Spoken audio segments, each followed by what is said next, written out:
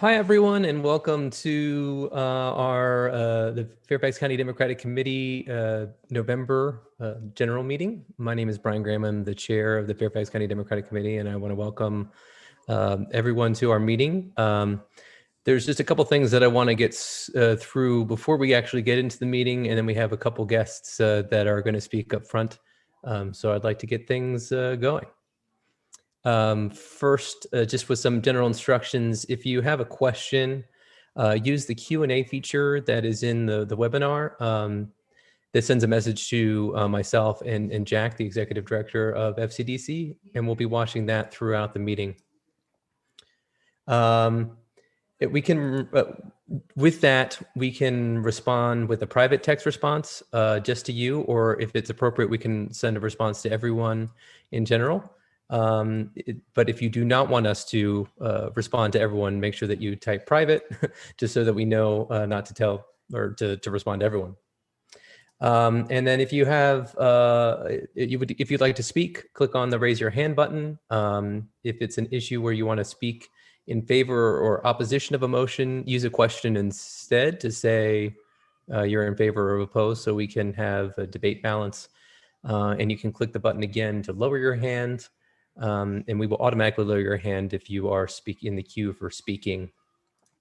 And then lastly, if we have a counted vote, we do that through polling.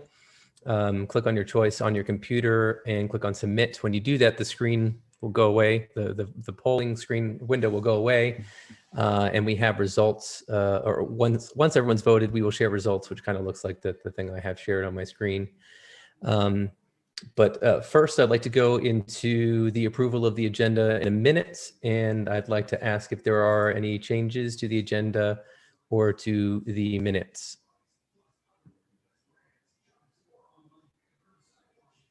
And I'm going to give probably about 30 seconds before I move on, assuming that there are no changes to the agenda or minutes.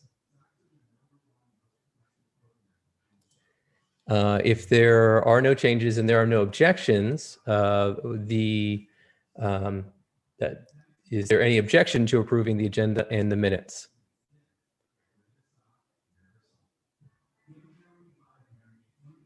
And again, I'll give you about 30 seconds to object, either through chat or through a question and answer, or by raising your hands.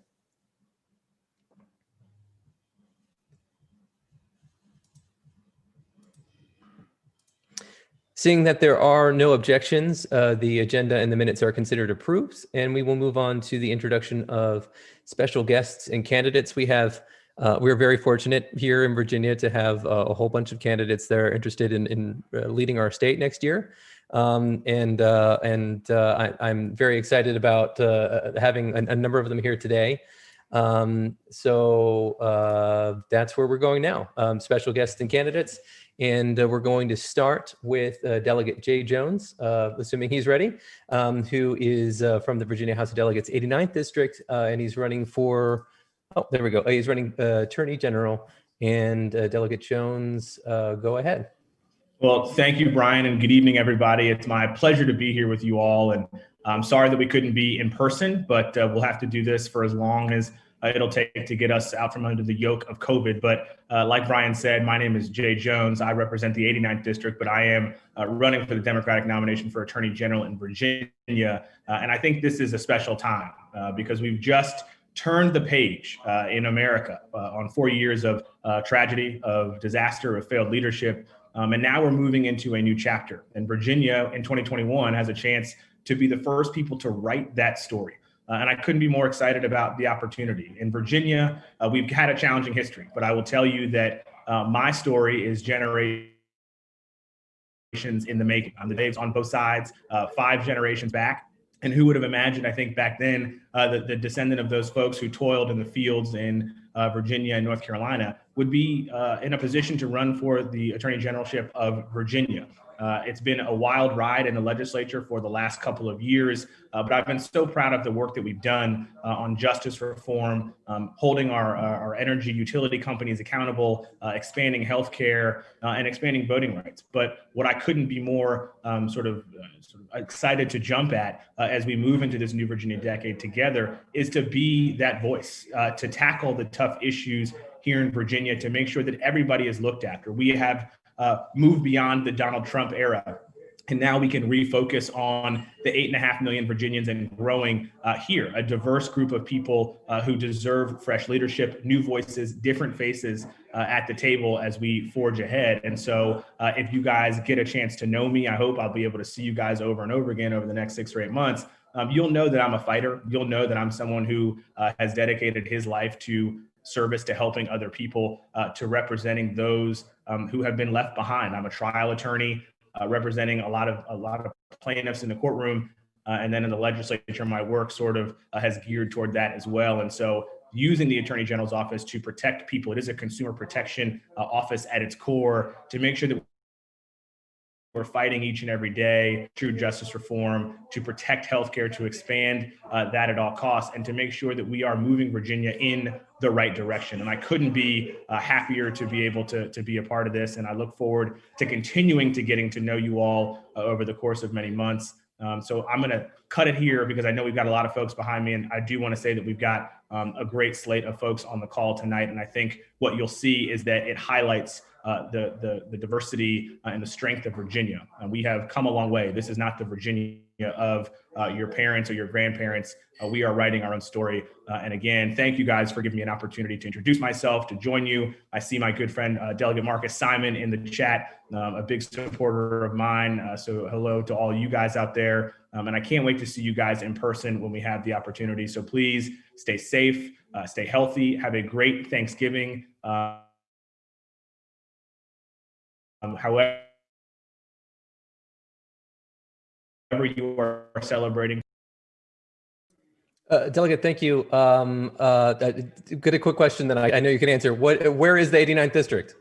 The 89th district is in Norfolk. I represent part of the city of Norfolk. So Hampton Roads is my home, born and raised. Have been in Virginia my entire life. I'd like to say that my family story is a true Virginia story. So although we are separate in geographic, sense, I will tell you that we all walk on the same journey as Virginians together, shoulder to shoulder. And I think that's what brings us to this point in 2021. We've got some important choices to make, and I hope I can earn your. Thank you. Thank you so much for joining us. It looks like our next guest is not here, so I'm going to skip to and I guess I'll stop highlighting you. There we go. So our next guest is Delegate Sam Razul from the 11th District, who's running for Lieutenant Governor.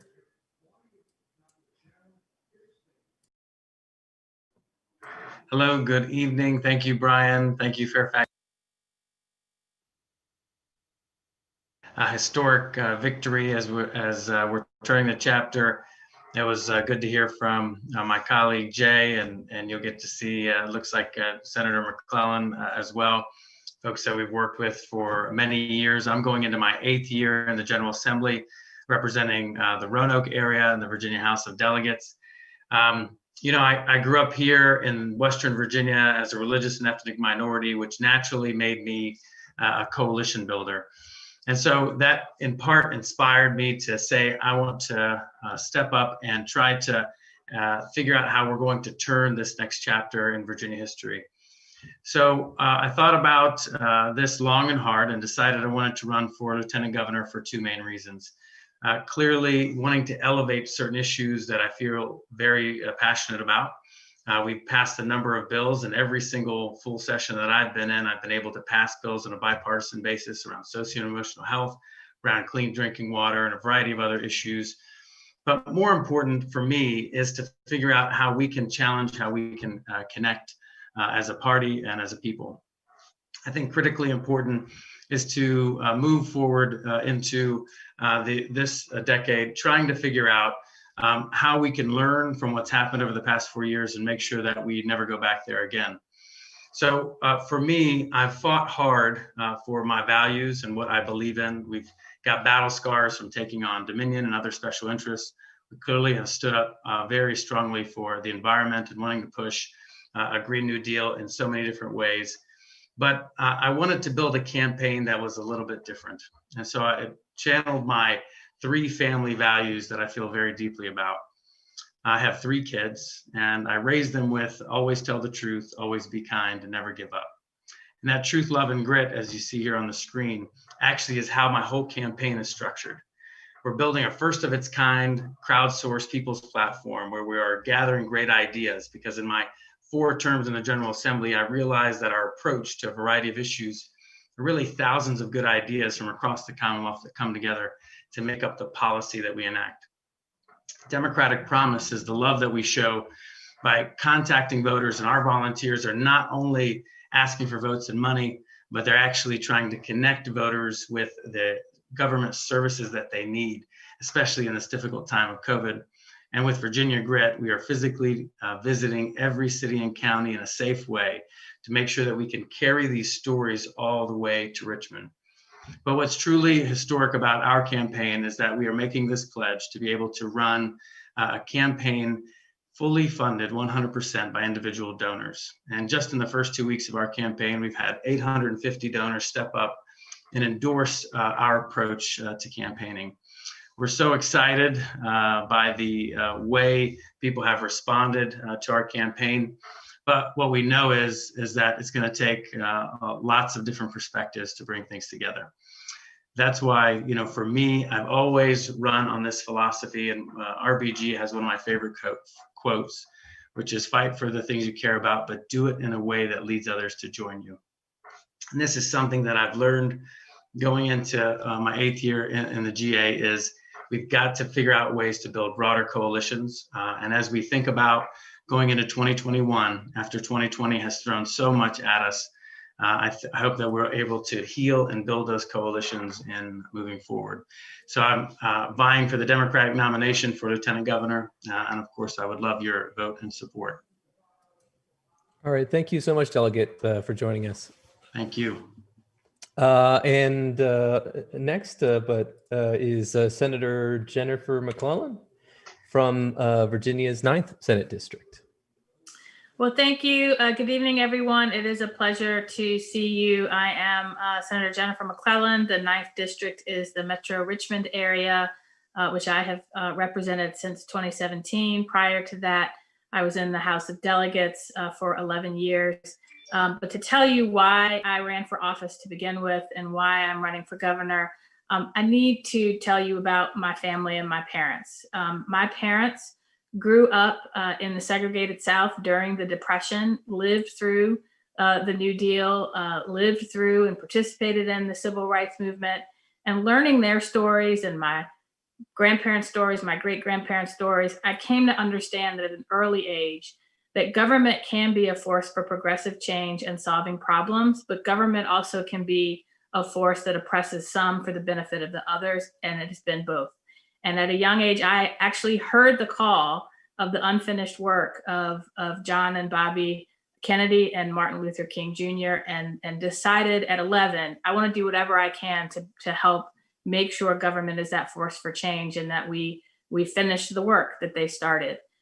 For me, that meant when I started in college 30 years ago, working as a young Democrat, organizing college campuses, and eventually I became president of the state Young Democrats, where I met a high school Jeff McKay. And the first time I came up to Fairfax and met Fairfax Democrats was knocking on doors for campaigns back then. I also worked in a wide variety of service organizations, including chartering a chapter of Delta Sigma Theta sorority at my campus, at my college, working to make the change I wanted to see as a volunteer, and then focusing on practicing law. But in 2005, when the opportunity came to run for office, when Viola Baskerville ran for lieutenant governor, I decided I wanted to be the one making that change. And so I ran. And for the past 15 years, 14 of which were in the minority, I really worked to improve our education system from early childhood to career, working to expand access to healthcare, working to protect reproductive rights, working to change Virginia's laws to adapt to new technologies, new types of business models, working to extend protections to workers, working to address climate change.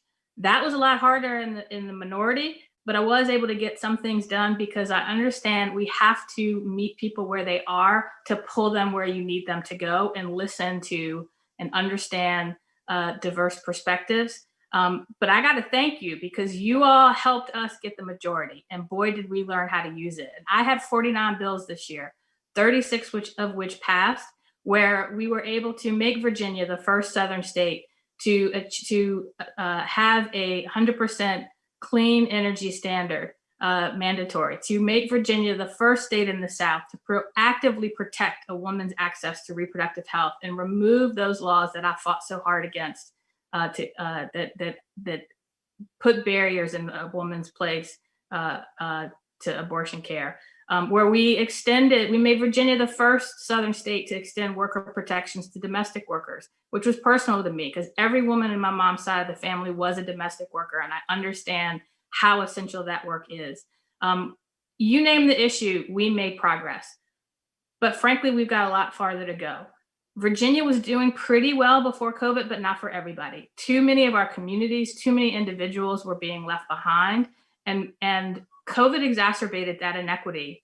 And we have got to rebuild our healthcare and economic safety nets and rebuild our economy in a way that addresses 401 years of systemic inequity, in a way that addresses a growing loss of faith that people had in government's ability to solve their problems, and recognizes the trends that have accelerated.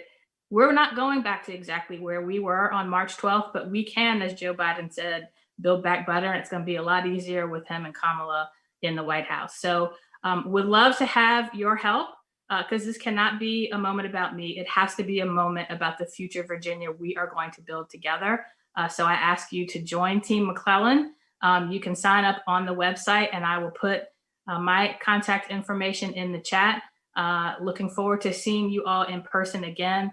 And finally, I got to say kudos to you for what you did at the early voting sites, having the I voted stickers, having all the swag. I came up and visited a couple of times, and people were pretty excited. I think because of the stickers, but also because of your friendly faces. And just thank you for everything that you have done to turn Fairfax blue. As goes Fairfax, so goes Virginia. And so just thank you for everything that you all have done, not just this year, but in all of the years it took for us to get this blue wave. Let's keep it together. Thank you. Thank you so much for joining us, Senator, and thanks to all the candidates for running. I mean, obviously they're all elected now, so they always run, but running for something is a difficult thing to do. So putting yourself out there.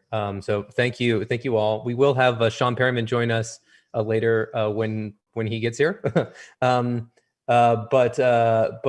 But now we'll switch gears to the chairman of the Fairfax County Board of Supervisors, Jeff McKay. Jeff, thanks for joining us. Thank you very much, Brian.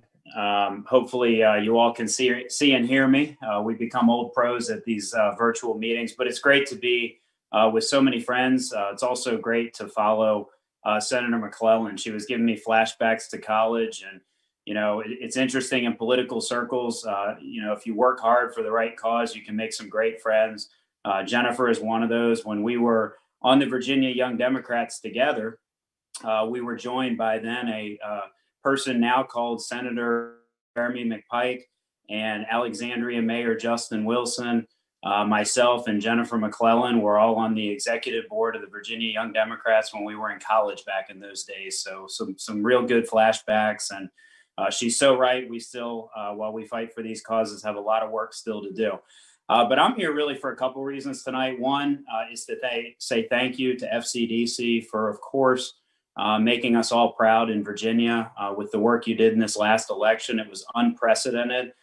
The work that we did, every polling place that I went to, every satellite location that I went to, we were killing it with people out there volunteering, with excitement, When I saw Senator Harris visit Fairfax County on September 11th of this year, I told her we were going to deliver Fairfax County big for Joe Biden, and we certainly did that. Over 600,000 people voted in Fairfax County, and remarkably, 414,000 plus of them voted in advance at our satellite locations or by mail. And so it was unbelievable, the kind of turnout we had and the work that people put into voting this year in very difficult times. And literally, I had people tell me this election was about life or death for us and how we move forward. And so it's so great. I remember how I felt in 2016 at this time. I know how much better I feel now.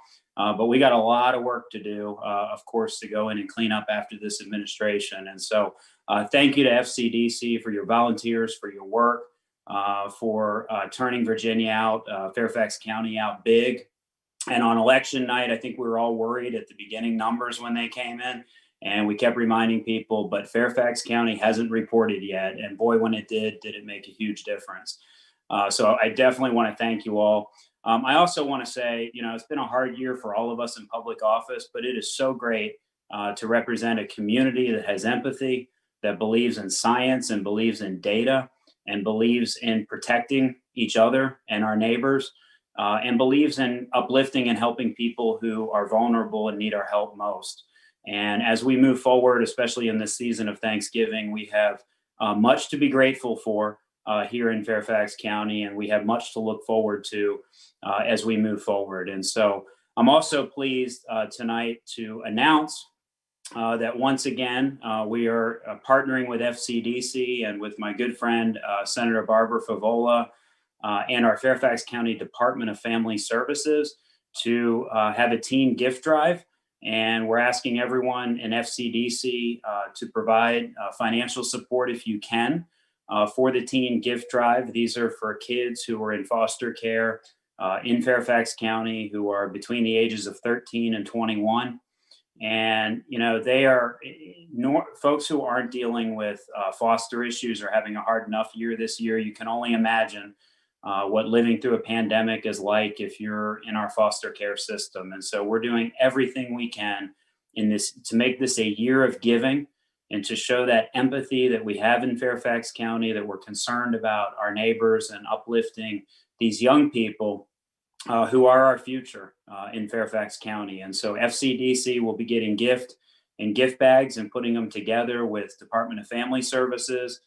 There's 3 ways that you can help out. One is FCDC is providing a link for you to donate online. You can buy gift cards and mail them to FCDC headquarters. And FCDC has also created an Amazon wish list for items to be included in the gift bags. And we just now have started that this evening and be running this program for a couple weeks. And I hope you'll join me and so many other good Democrats in supporting this worthy cause to help out our kids in foster care in Fairfax County. And also want to wish each and every one of you happy Thanksgiving. As I said, we have much to be grateful for. We have an administration coming in that is bringing adults back to the White House. We have an administration coming in that gives us hope that with science and data, we can get through this COVID pandemic. But as so many other speakers have said, we've got a lot of work to do to rebuild our economy, but also rebuild it better. And this is a real opportunity for us to think about how we grow our economy in the future and bring along more people who haven't had the opportunities that others have had in the past, and to really realize our one Fairfax. Lastly, please, think about our frontline workers, our healthcare workers, our first responders, our teachers.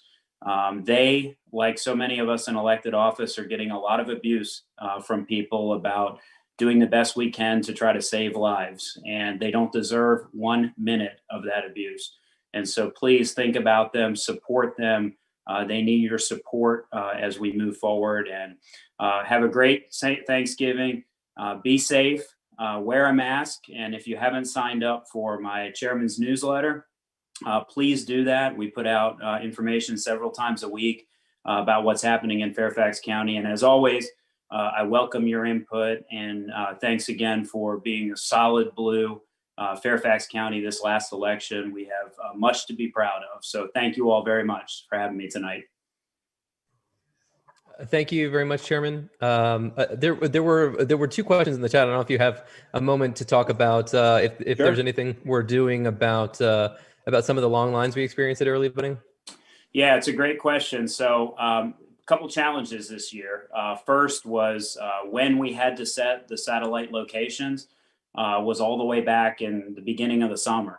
And at that time, of course, nobody knew what we'd be looking at in terms of voting, where COVID numbers would be. But at that time, it was decided to increase the number of satellite locations from 9, which is what we had in 2016, to 14 in 2020. And so we increased the number of satellite locations. And even with that, the lines were long. I went out there and talked to folks. I know you did, Brian, and several of our volunteers did. People had a passion to vote in person. Many of them did not trust mailing in their ballots. And so we learned a lot from this election, but I don't think anyone could have anticipated that we would be in the midst of a pandemic, that we would be blessed by a lot of new voting laws in Virginia that made it easier for people to vote in advance, which is something as Democrats we have fought for decades, finally secured. And all of this happening at one time in an election that generated unprecedented turnout. And so we have been talking to our General Assembly members about giving us more latitude and when we can set up satellite locations. Right now, there's a long lead time under which we have to advertise those, and we can't add locations to those. Of course, we couldn't use schools. We couldn't decide to use schools early in the summer because nobody knew what the operating status of the schools would be when we got here to the fall. And so we've given the Office of Elections a lot of ideas to think about. The Office of Elections is an independent body in Fairfax County from the Board of Supervisors to make sure that our elections are not overseen by a political body, but by appointees that are certified by the court.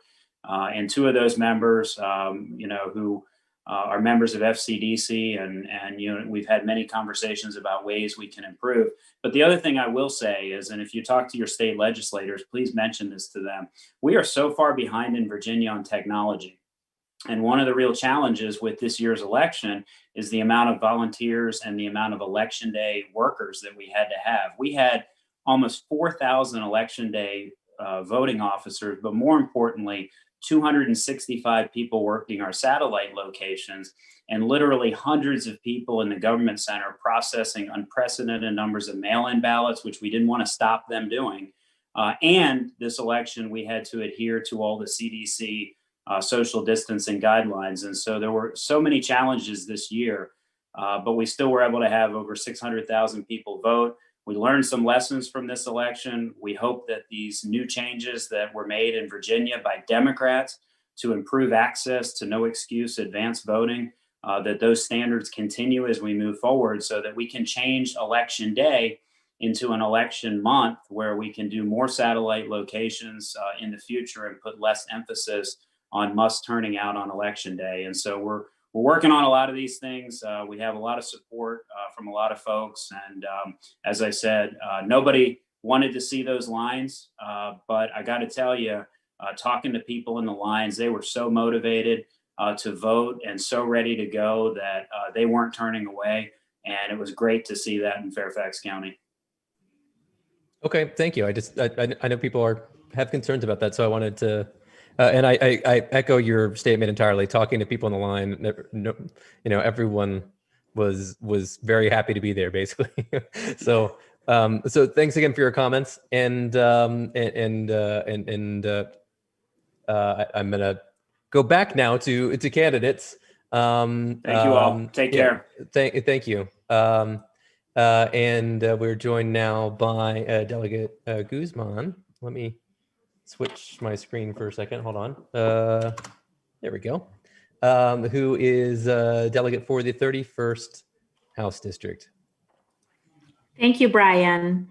Good evening, and thank you so much for having me here tonight. I am Elizabeth Guzman, and I proudly represent the 31st District in the House of Delegates, which includes parts of Prince William and Fauquier counties. I'm a social worker, a public administrator, your DNC member, a union sister, a mother to 4 children, and a fighter for workers and marginalized communities. And I'm very excited to be with you tonight as I talk about my bid to become the first woman and the first Latinx lieutenant governor. I have to say, it is good to see so many friendly names and familiar faces. I've lived in the 11 congressional districts since I came to this country more than 2 decades ago. And as a single mother with 300 in my pocket, and I've enjoyed seeing you at events like Congressman Jerry Connolly's St. Patrick's Day celebration.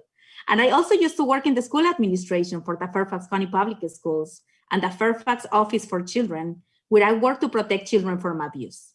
I'm now work for the City of Alexandria Department of Adult Services, where I oversee a $20 million budget for a 200-person operations staff serving seniors and people with mental and intellectual disabilities and substance abuse disorders. I have seen and I know that FCDC is one of the most dedicated committees in the state. And I appreciate your efforts to build a strong party infrastructure and to fortify the big blue wall that is Northern Virginia. You are the reason that AP called Virginia for Joe Biden at 7:31 p.m. And if we're going to keep our party strong and Virginia blue, we have to build bridges between the progressive and the more moderate wings of our party. I'm a strong progressive, and I was inspired by Bernie Sanders to run for office, and I co-chaired his campaign this year. But I also believe strongly in the primary process, and I proudly accepted an invitation from the Biden campaign to serve on President-elect Biden's Latino Leadership Council in March and campaign for him throughout the state until election day. Virginia is a blue state, but we cannot take that for granted, especially since Trump is not in the White House anymore. This nation faced a racial reckoning this summer, and we need to make sure that we're including voters of color at the table, both in the party and when making policy. Black voters drove it home for Joe Biden, and Latinx voters went for Biden by 60% in Virginia.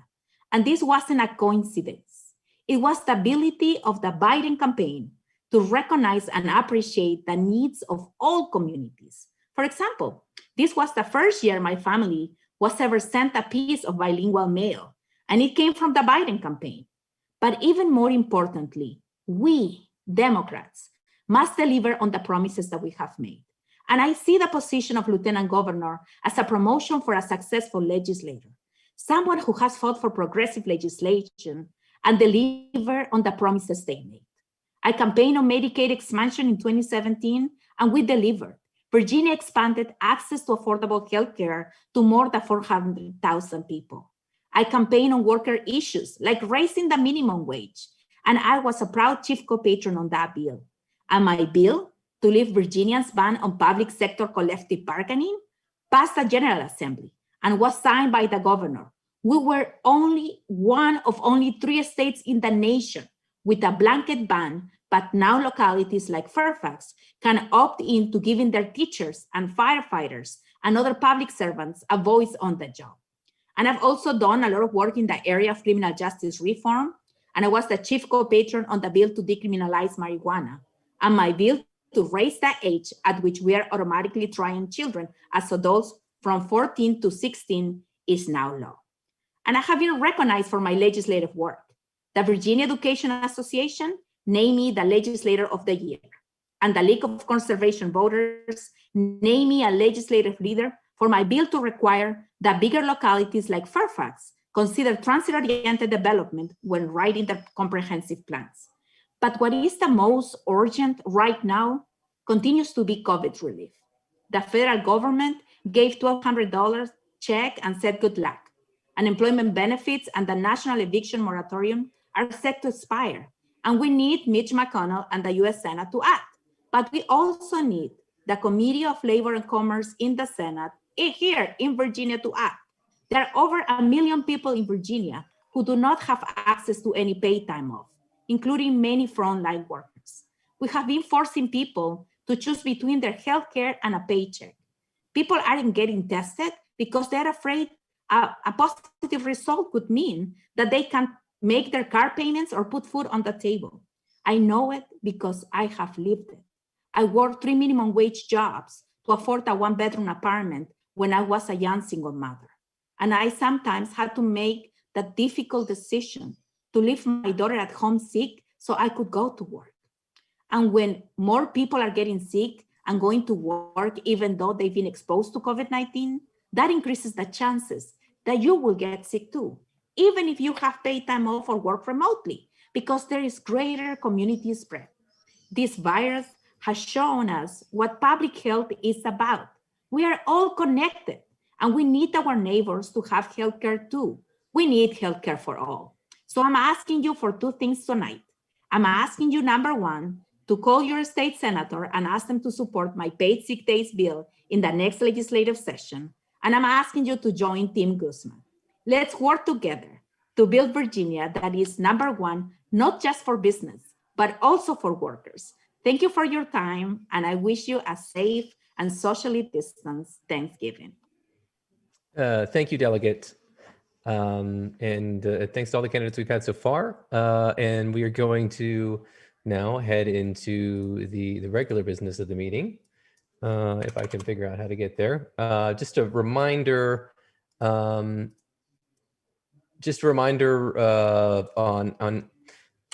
on what we're doing here, right? If you would like to ask a question, because we had some people join while we were and didn't see these instructions so far, right? If you'd like to ask a question, use the Q&A feature. Also, if we're doing a debate and you are speaking in favor or against, also use the Q&A feature. But if you'd just like to speak in general on a certain topic when that's a thing, you can use the raise your hand feature to raise or lower your hand. And that's just a quick reminder of how we're doing that. Let's go to the treasurer's report, or no, approval of new members first.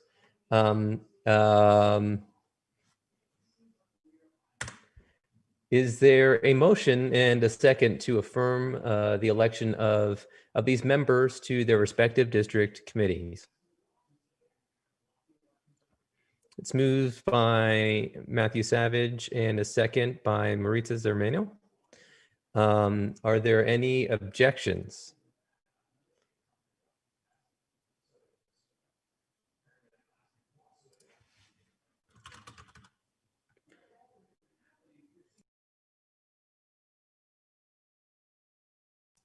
Seeing that there are no objections, the new members are considered approved.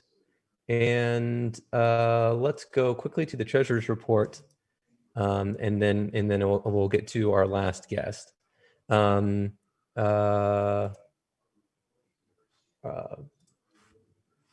see if I can get there. Okay, here we are. And can we make Nadia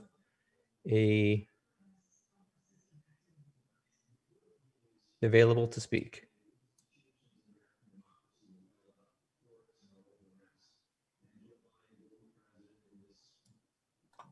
Can you hear me now? Yes, we can. Okay. Hello, everyone. Treasurer's report will be pretty brief. I guess you can see here that this is basically a summary of the report. It's got lots of other pages on it, but the basic thing is that at the moment we have $110,000 in the bank, which is really pretty good, considering that we have finished most of our election-related expenses for the year, and our fiscal year is going on till the 31st of March, for those of you who don't know that. The district committees also have money in the bank. They have that's the wrong one, by the way, Brian. It's the $92,700. I have that on the next screen. I'm sorry, I forgot to update that. Anyway, so the district committees have $92,700 in the bank. Everything else on this one is correct. And I've been working on some projections, trying to see how we'll end the fiscal year, and it looks like we will be probably, if everything, if our new fundraisers do well and everything, we may end the fiscal year above our budget, which was $70,000. I think we may end at about $100,000. If anyone has any questions or needs a copy of the treasurer's report, they can let me know and I can email it to them. Okay, I just pulled up the district committee balances as well. Yeah. And you can see that's 92,000 on the bottom line there.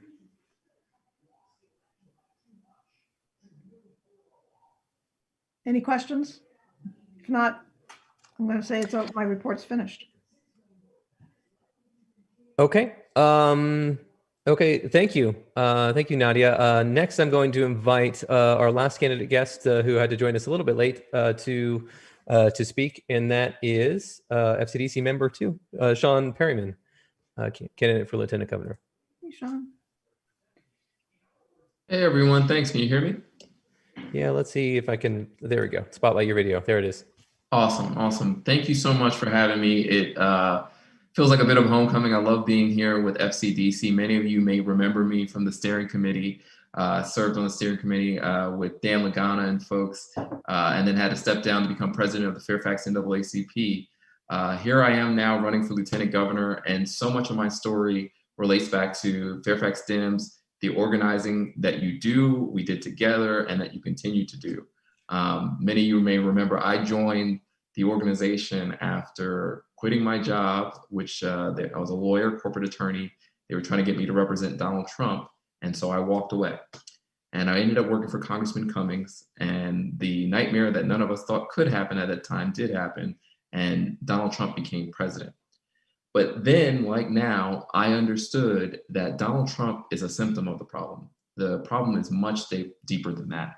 It deals with systemic racism. It deals with the inequitable system that we have. And there's more that we need to do.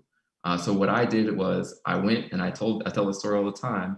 I fished something out of my car that I was handed at Vienna train station. And I had gotten it from one of Janice Yohai's volunteers. And it was an FCDC paper. And I ended up a flyer. And I came to FCDC and joined as a member. And the rest is history. I found my voice here, and I found my voice in the NAACP. And many of you may remember, I started my advocacy of changing the name of Robert E. Lee High School here in FCDC by having a resolution passed that was passed unanimously to get it done here at the Fairfax Dems.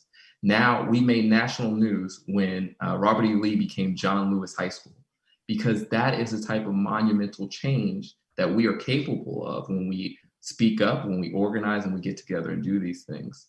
So that has really propelled me in my own personal mission to do more. As president of the NAACP, I was able to grow that chapter from 300 members to 1,300 members in the course of a year and a half.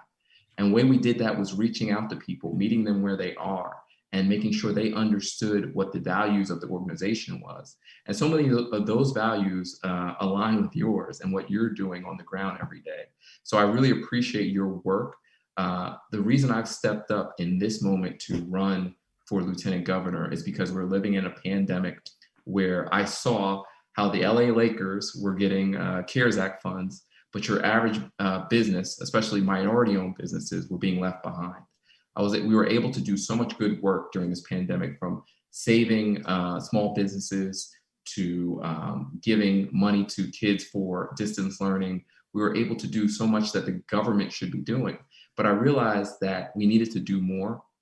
And that's when I started to think about doing something more like running for office. And I said the lieutenant governor role because it's one of 3 statewide elected officials. And as one of 3 statewide elected officials, you can use that platform to push for an agenda, a progressive advocacy agenda that would uplift all of us, not just Black and Latino communities, but the working class, with all the people that are left behind and not consulted on a day-to-day basis. And that's what I'm hoping to do in this role, to be an honest broker. And I think many of you know I am honest, and I wear my heart on my sleeve, and I fight like hell. And that's what I wanted to do from the lieutenant governor role, is go there and fight for people. This is not about the politics of personal ambition. Someone cannot come in this role and look at it as a promotion, a stepping stone, or the next thing in line to do something else. This has to be about utilizing that role to help people every single day. And this is something I've been about my whole life, and I will continue to be about. I want to go there and show them what we can do for people and fight for people. We're not taking any money from Dominion Power, from any money from any public utility. We're going there from grassroots donors like you. We're going there organizing and getting people to hear our message. And it's really rooted in what I call the E's: the education, equity, economics, and the environment. We need a champion there in Richmond, and I want to be that champion for you. I know what I'm doing is bold, and we need boldness in this moment, more so than ever before. We saw This year, our community is devastated. We saw George Floyd have his knee stepped on camera for 8.5 minutes. We saw all these things happen. And just because we got rid of Trump, and hey, by the way, thanks for getting rid of Trump because we did it, it's not going to end. The Republicans are rallying. They're saying they're going to take back this Commonwealth and we have to stop them. But when we stop them, we have to show people what we're about. There is no reason why we couldn't pass paid sick leave in a democratically controlled state. And it's shameful that we didn't. So when I talk about these things, when I talk about legalizing cannabis, when I talk about broadband access, these are things that are not only going to help us here in Northern Virginia, they're going to help us in rural Virginia, they're going to help us throughout the Commonwealth. And there are things that people are going to buy into and say, I understand how that helps me. I understand how broadband access gets me a job, how it educates my children, how it keeps my rural hospitals open. So these are the things that we are championing. If you go to perrymanforvirginia.com, we have a full platform out there. We are trying to run a very substantive campaign. I saw Delegate Kay Corey on earlier. She's one of our endorsers. Carl Frisch. We have several members of the school board who have endorsed us.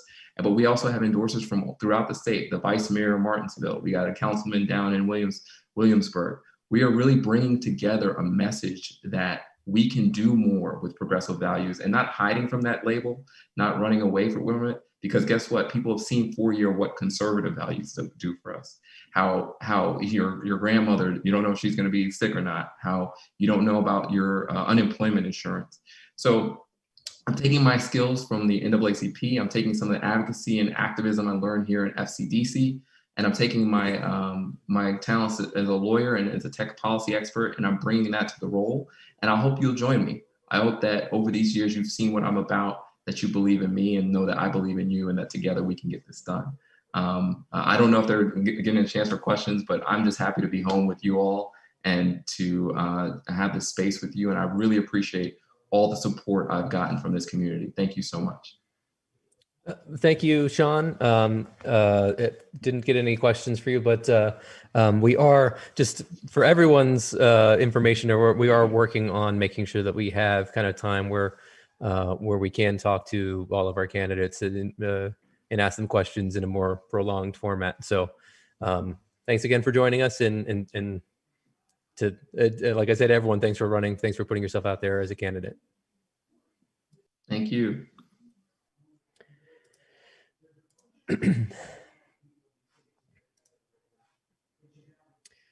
Okay, next is my report. And let's see if I can do that. Just generally speaking, we've kind of had a tough year, right? Of course, we've been fighting a pandemic. We've been trying to keep ourselves and our families and our community safe during that time. We've lost some dear friends this year, Marvin Wagner in June, Saba Shami in September, Carol Appel from Mount Vernon just a few weeks ago. And I'm sure there's others we missed. It's been a rough year just in general, right? Not everything in this election was perfect either. I know I heard a lot from a lot of folks over the duration of this election that they were worried that we didn't have paper sample ballots and that too many people were holding the Republican sample ballots in line, worried that we didn't do enough to swipe people on Amendment 1. And while that might have been true, even if every Joe Biden voter in Fairfax County voted no, Amendment 1 still would have passed Virginia by more than 1.1 million votes. I mean, if every voter in Fairfax County voted against it, it still would have passed by a landslide. So, and has already been discussed, even with more early voting sites, satellite locations than ever before, we had some difficulties with long lines and early voting. But regardless of that, in spite of those lines, more than 2/3 of the Fairfax County vote this year came from early voting in person or by mailed ballots that were dropped off or mailed back. Now we're in the Thanksgiving season, just a few days away from Thanksgiving. And I just want to say, generally, I am thankful. In some ways, I'm thankful for virtual meetings, so I don't have to drive all over the county in traffic on evenings. But more importantly, most importantly, I'm thankful to you, to our members, and to our volunteers for helping to make this a very successful year in election. Fairfax County had a 41.9% margin of victory for Biden-Harris, more than 251,000 more votes for Biden-Harris than for the president. We reelected Senator Mark Warner, Congresspersons Jerry Connolly, Jennifer Wexton, and Don Beyer. And all of our endorsed candidates for Herndon were also elected. So we are very, very grateful and successful that we had such a good election. And of course, lastly, I'm thankful that in 56 days, 15 hours, and 40 minutes, the Orange Menace will no longer be our president, and we will have our first woman as vice president. And of course, the power of Fairfax Democrats makes all that helpful, or makes all that happen.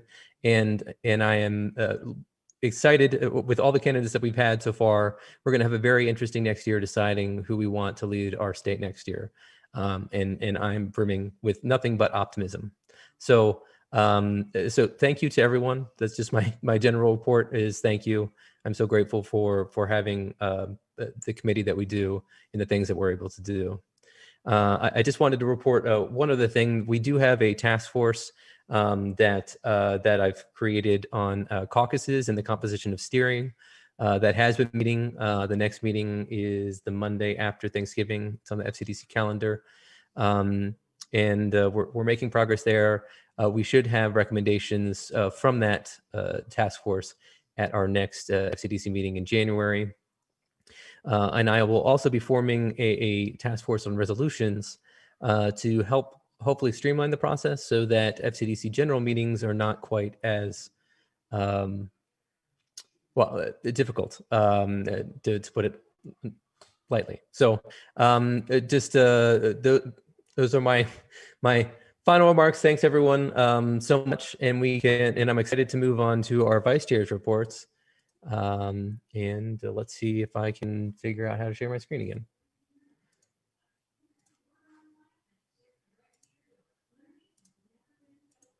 There we go.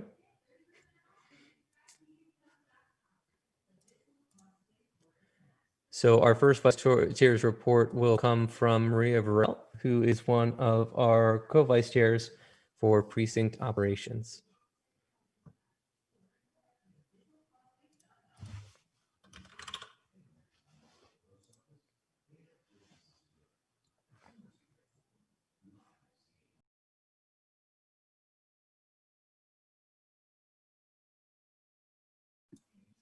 Can you hear me?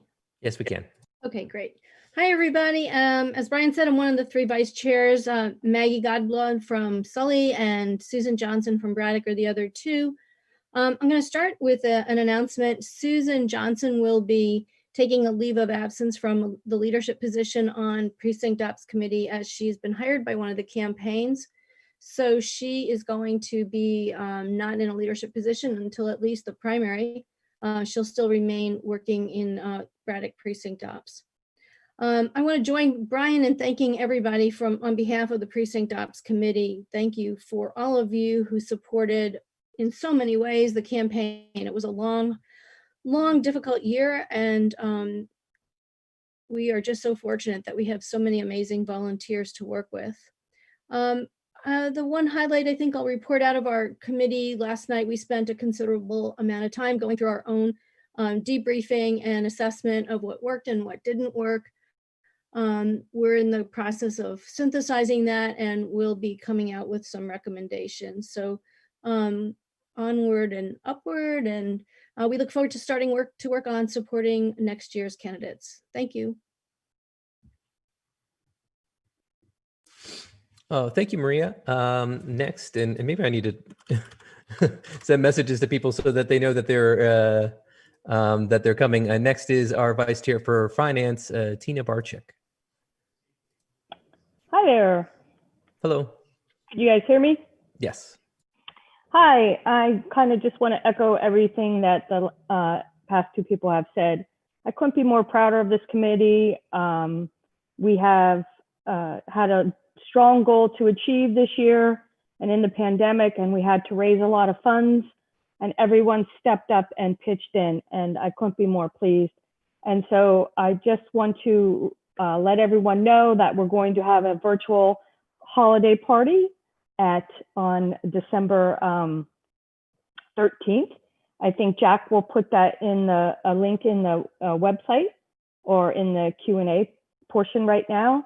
It will be from 5 to 6:30. And we hope that everybody's there to celebrate such a strong victory that we had this November. And also keep in mind, we will have a virtual Road to Richmond dinner. Be on the lookout for that, save the date, and that will be January 10th, the Sunday before they head off to Richmond. So I hope to see everybody at the holiday party again on December 13th from 5 to 6:30 via Zoom. Thanks, everybody. Thanks, Tina, and I am super excited about having some appetizers and sweets from Nadia for that holiday party. Like make me kind of feel a little bit normal. Okay, and then next I have Sandra Clausen, and Sandra, the only picture I have of you is with Bernie, so I'm sorry. But you should be able to speak. Thanks, Brian. I do love Bernie. I'll send you the other one I use. But now we're all loving Joe Biden, aren't we?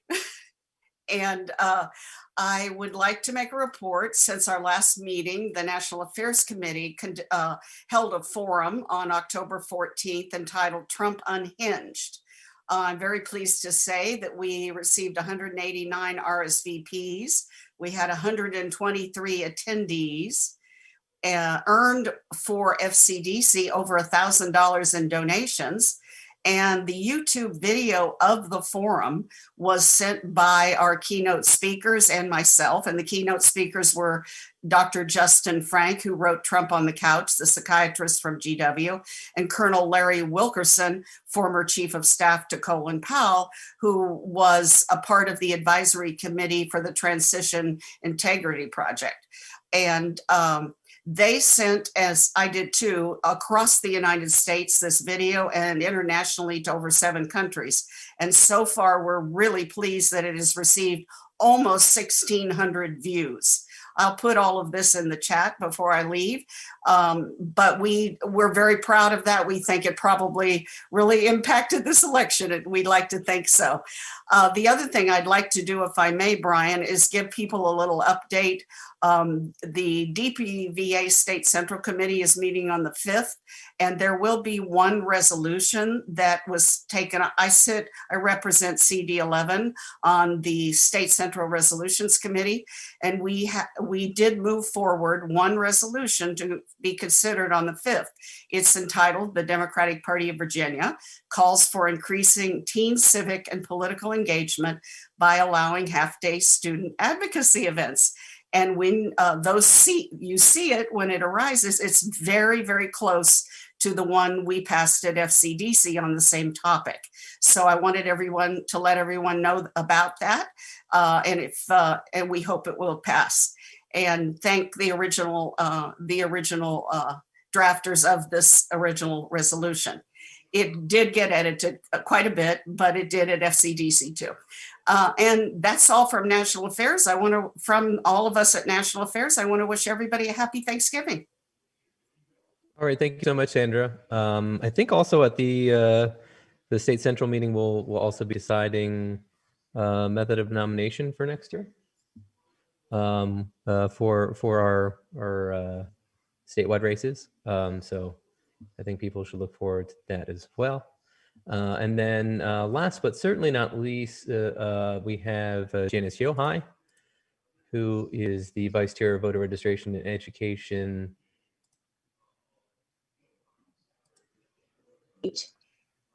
Thank you, Brian. I think I've unmuted.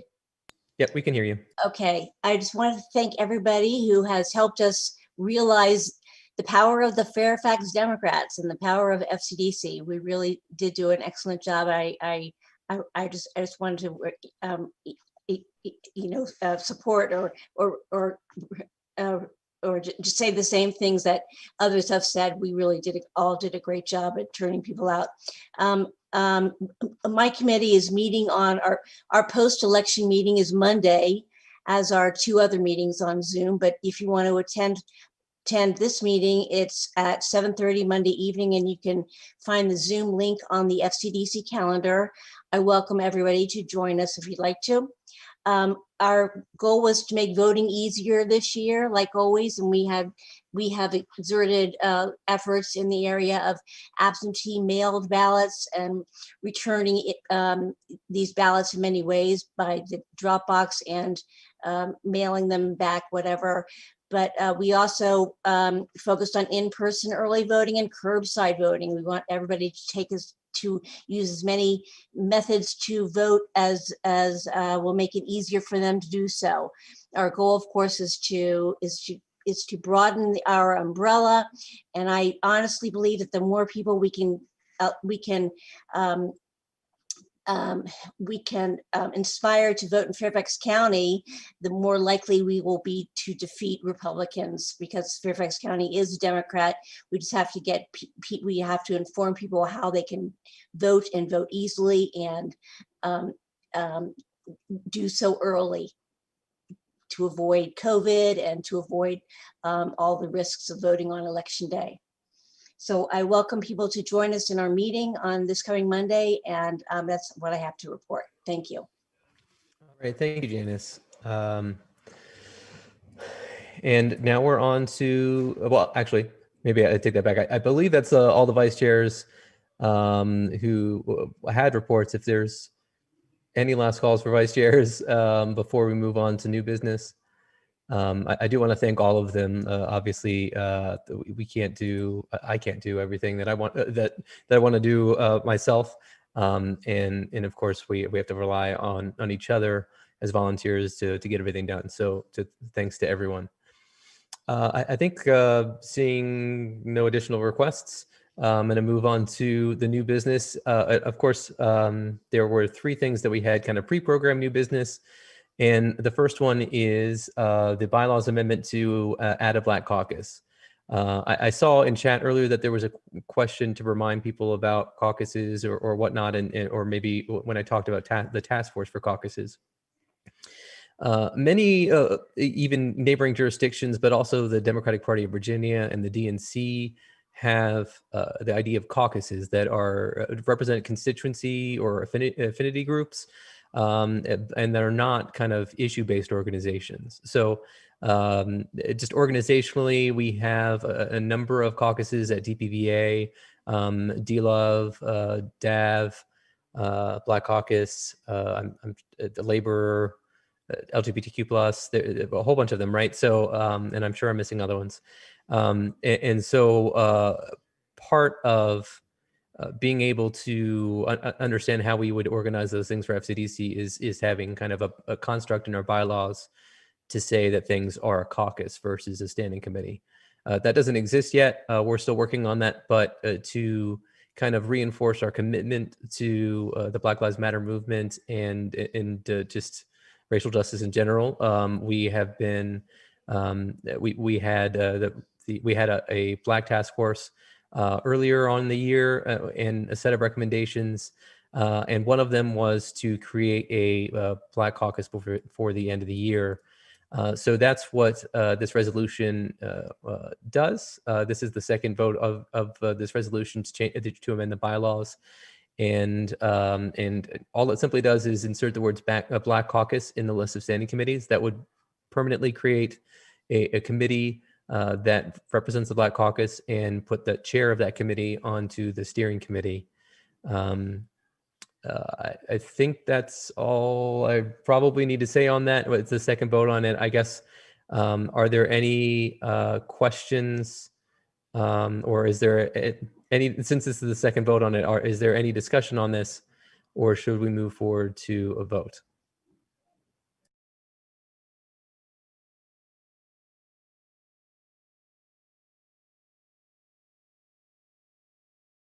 I have a hand raised, so Valerie, go ahead. Valerie Brooks. Yes, I have a problem with the Black caucus. We keep breaking down Black, Black, Black. We're always segregating ourselves. We're always making ourselves separate from something. we want to be a part of the group. We want to function in the totality of the group. We don't need to keep having Black caucuses. I've had some diversity background, and that is the thing we've got to get out of. It's nothing wrong with recognizing Black accomplishments and Black things, but keep separating that Blacks function separately and distinctly from the total organization. We don't need that. We need to come together and we need to function together. And so I am an objection to the Black caucus being added, because I feel like it really is anti-diverse. You don't keep segregating. You don't keep separating yourselves. And okay. That's my comment. All right, thank you, Valerie. Next is Michelle Woody. So, hello, everyone. I just wanted to make a comment. And Valerie, I certainly respect what you're saying. If you had attended the task force meetings that we had for the Black Caucus, this is not to separate or to segregate us. It's actually doing just the opposite. The Black Caucus in this particular context is inclusive. And it is actually bringing the chair of the Black Caucus to the steering committee so that we can specifically make sure that we are targeting throughout all of the magisterial districts what the issues are with regards to this population. So it actually is a great addition, and we should definitely vote for it. Okay, thank you, Michelle. I would just note, I think the other task force for caucuses is basically creating a construct so we can do this for other groups as well. So this is just this is not this doesn't mean that we can't create other affinity groups or whatever else, and it's not to be exclusionary. Well, I don't think the intent is to be exclusionary. Nairi Wright, go ahead, Nairi. Hi, Brian. Hi, everyone. I just want to sort of echo, and I'm sorry who spoke before me. I apologize. I didn't catch the name, but I too need to respectfully disagree with, I think, Valerie's comment. We need to be very honest with ourselves in this moment in time about the plight of Black people in this country. And if you just see what is happening around us with the pandemic and everything else that has transpired over not just even the last 11 months, but the last 4 years under this administration and even before, there are issues, problems, discrimination, overt actions that are targeted towards a specific population of Black people. And we need to be honest as not just Americans, but also, as a voting or influential political group in this area. We need to be honest with the amount of support that Blacks continue to give to political entities, particularly within the Democratic realm, but also understand that we are looking to hold folks accountable to what we are due. This is not segregating ourselves. This is actually, I believe, having, and I think many who have joined the caucus and kind of bringing it to fruition, to finally, quite frankly, put in public and for all to see how much work that still needs to be done in our communities, in our local communities, in order for there to be equity with Black Americans, not for privilege, not for getting ahead, but we are behind because we have not been given the equity that other populations have seen. So to the person, and I apologize again, who spoke right before me, I absolutely concur that this is not about isolating us. This is actually about focusing on issues that have gone long ignored and need to be reconciled. Thank you, Brian. Thank you. And in the last hand, if I can kind of end debate on this before we call the question, Yoko Makembe. And don't know. Hold on, I need to make you a panelist.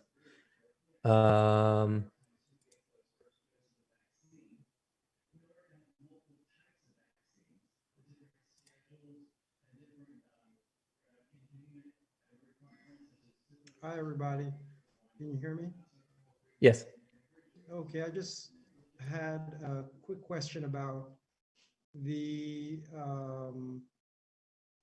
actual in the previous minutes, September 22nd. I'm a little confused. It was showing that it was already passed. And so I'm just confused as to why did it come a second time around? If somebody can explain that. Yeah, absolutely. Thank you. Thanks for your question. When we changed the bylaws in the middle of a biennium, so in the middle of this 2-year period, we have to pass the change twice at once at a meeting and once again at the next meeting. So if we vote for this today, that would actually make it into the bylaws, and then the committee would be officially created. So the first vote just allows us to have the second vote to make the actual change. There was one other question. We don't have, so from, we have not, we did do a survey. FCDC did a survey of its membership. Of the people who responded, only just over 3% of them identified as African-American or Black, which is obviously doesn't reflect the population level of Fairfax County, which I think is certainly over 8%, but I think about 9%. We do we are working on actually making that report available to everyone. It just I don't think it's been completed yet. So. Right. Okay. So I think that's it. Then I think with no kind of further discussion, let's go ahead and actually, so it looks like Mr. Nielsen, Bruce would like to speak. Go ahead, Bruce. Good evening, everyone. I want to speak in support of adding the Black Caucus to our organization.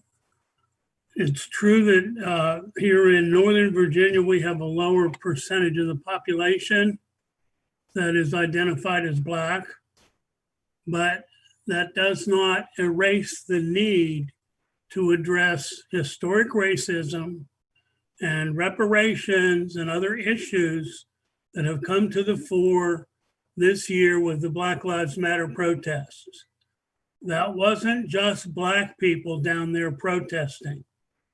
The country has awakened to the need to address this, and the fact that we don't have a Black caucus shows that we can move in the right direction by voting yes on this Black caucus this evening.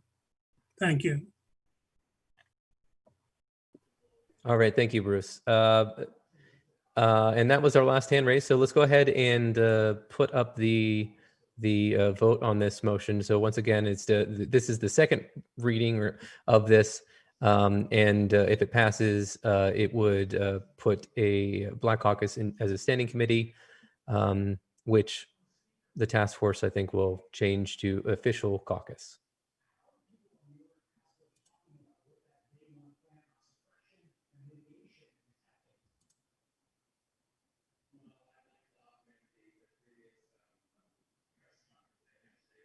Okay, we have 75% voted so far. So last call for votes. We'll end the vote in about 10 seconds.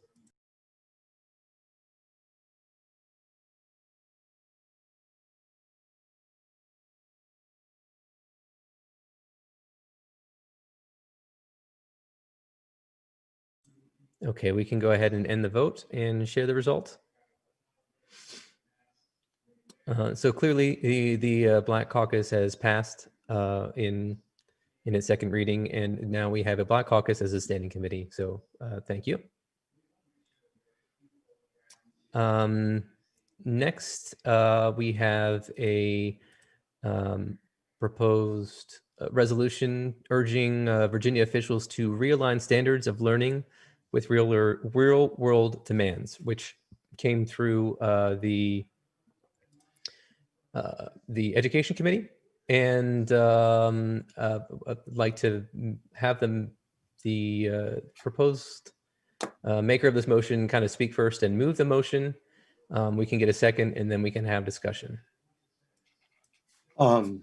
This is Bill Berkson. Can you hear me? Yes, we can. Yes, I move the motion. Do I have a minute to explain it? Yeah, can we just for a point of procedure, can I get a second for the motion so we can discuss? We have a second from the chair of the Education Standing Committee. So go ahead. Yeah. So as you heard, Senator McClellan has been concerned with this issue of education and preparation for career, and I was delighted this morning in talking to her to hear that she's going to introduce a bill with substantially the what's in this proposal, which was passed unanimously by the Education Committee. The concern is that the SOLs, as they've evolved, you know, first from No Child Left Behind and then ESA, have been one size fits all. And the reality is that in order to be prepared for what comes after high school, the students need to be able to explore in elementary school and then choose a passion and develop that and end up with, you know, achieving some specific things. So our proposal here is for a base standard that would be tied to what it takes to hold a job in any job basically in Virginia. And that would be tested for at age 15, and then you'd be helped if you couldn't get there. You know, by the time you graduate, you would be able to pass it. And then beyond that, there would be diverse standards depending on whether you want to be a carpenter or a journalist or a rocket scientist or whatever. In other words, more diverse standards that could be put on as certificates on your diploma. So that's the idea, is to change the system from one size fits all that fails some people and holds back others, you know, in their from developing their passions and helping everybody, all students, to develop their strengths and to succeed first in education and then in life. So that's the concept. Okay, thank you. Is there any discussion? I think I've got a couple people here who are lined up. Let me go to Mr. Matthew Savage first. Can you hear me? Yeah, and I unfortunately I can't share my screen because I get people in a list of order, and Zoom won't let me share a Zoom window to show the list of people. But go ahead, Matthew. Yeah, I have a motion to refer this resolution back to the Standing Committee on Education with instructions to study the issue further and then report back an improved version of the resolution at the next general membership meeting.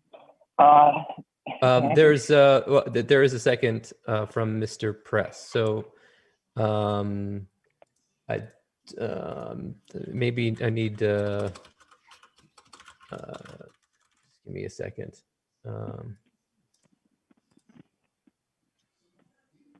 It is debatable, so you can go ahead and speak to your motion. Yeah, so I guess my real issue with this resolution is that anything that's going to be worthy of being called SOL reform needs to at least look at the possibility of reducing the number of assessments to the federal minimum. Now, that was actually a bill in the 2020 legislative session that incidentally got carried over to 2021, so we have an opportunity to pass it come what January, and this resolution does not address that issue. Additionally, if I read directly from the first resolved clause, this foundational standard would be tested for at age 15. I really still cannot understand how you're going to redesign SOLs I add in another assessment. And this clause is rather vague in that regard. So I move that we just refer this back to the Education Committee, where the committee can study it in more detail and then report back to the, I think this is a worthy resolution. I just don't think it meets the needs in its current form. So I move to refer it back to committee. Okay, Mr. Press seconded that motion, so I'll allow him to speak, and then we'll go back to the original maker of the motion. And just to be clear, I'm gonna lower everyone else's hands. If you want to speak on referring it back to the Education Committee, you can raise your hand again, so I can get the correct order of that. So go ahead, Mr. Press. Thank you. Can you hear me? Oh, I think I just muted you. Hold on. Can you hear me now? Yeah, there we go. Okay, good. So I agree with what the prior speaker just said. You know, my concern about this is twofold. One is that it appears to be talking about adding an assessment rather than reducing the number of assessments, as was just said. The other is that, again, we're talking about, you know, this is calling on the General Assembly to adopt state standards. And I have, you know, serious concerns about the state imposing more and more standards on our local school boards. These issues should be decided as much as possible at the local level rather than mandates coming from the state. You know, I think we need to, if we're going to be talking about SOLs, and I generally agree with the concept that we need to have, rather than using the term standards of learning, we need to have the educational system and assessments in the educational system tailored to the career goals and to different populations. I just have a real problem with the idea of these mandates. So I think it needs to go back to the Education Committee. I'd be happy to work on trying to come up with an improved resolution that does meet the goal we're talking about while also addressing the other issues related to this. Okay, thank you. Mr. Berkson, would you like to speak on the motion to refer it back to the Education Committee? Yes. I think this is unwise because I understand, you know, the distaste for the SOLs, which I share. However, the SOLs as they've evolved in the federal government are now very unclear. And tying this in any way to the existing SOLs is, you know, it may be that making the standards, and by the way, we do have standards already in Virginia. They have a portrait of a graduate and requirements for graduation and so on. So that already exists. But I'm afraid that bringing in the federal standards at all, which are vague, it has the consequence of tying this to the SOLs, you know, to the federal government, rather than having a fresh start for where Virginia can be a leader. And understand that this is a proposal only to have a commission that's going to consult with business, labor, military, education, government. They're going to consult with all the stakeholders on how to align the graduation standards, you know, to what's actually functional for students.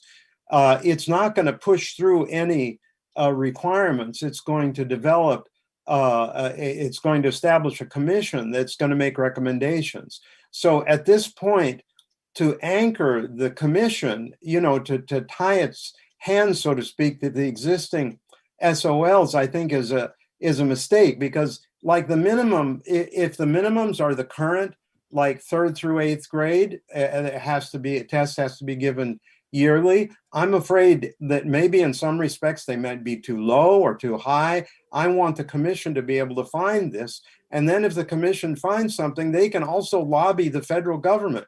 This is probably not going to happen for another, I mean, the commission would take a year to report. And meanwhile, who knows what's going to happen with the federal government? The federal government started putting this stuff in a very draconian way in 2002. And then it was softened in 2015 in ESA, but it's very unclear. I just think tying it at all to what's going on in the federal government explicitly is a mistake. It just hinders it. We should just pass this clean, have the commission, be an innovative, fresh start for Virginia, and then, have a separate track of lobbying the federal government or whatever.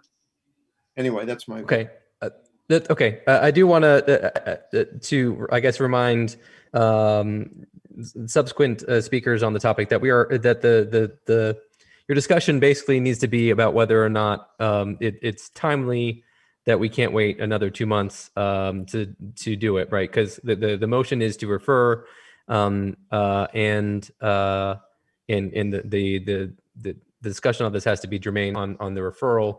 We will get back to the merits of the actual resolution when we get there. So, Mr. Let's see if I can find him. Ed Levine. Go ahead. Good evening.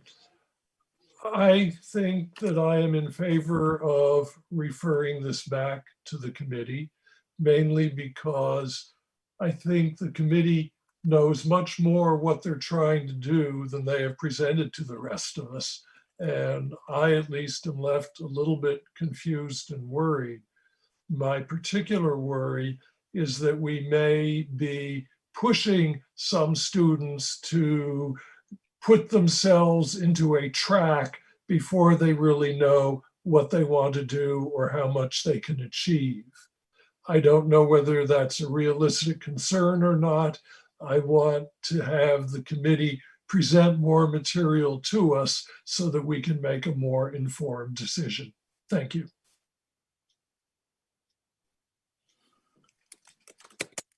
Okay, thank you. Next is Debbie Kilpatrick.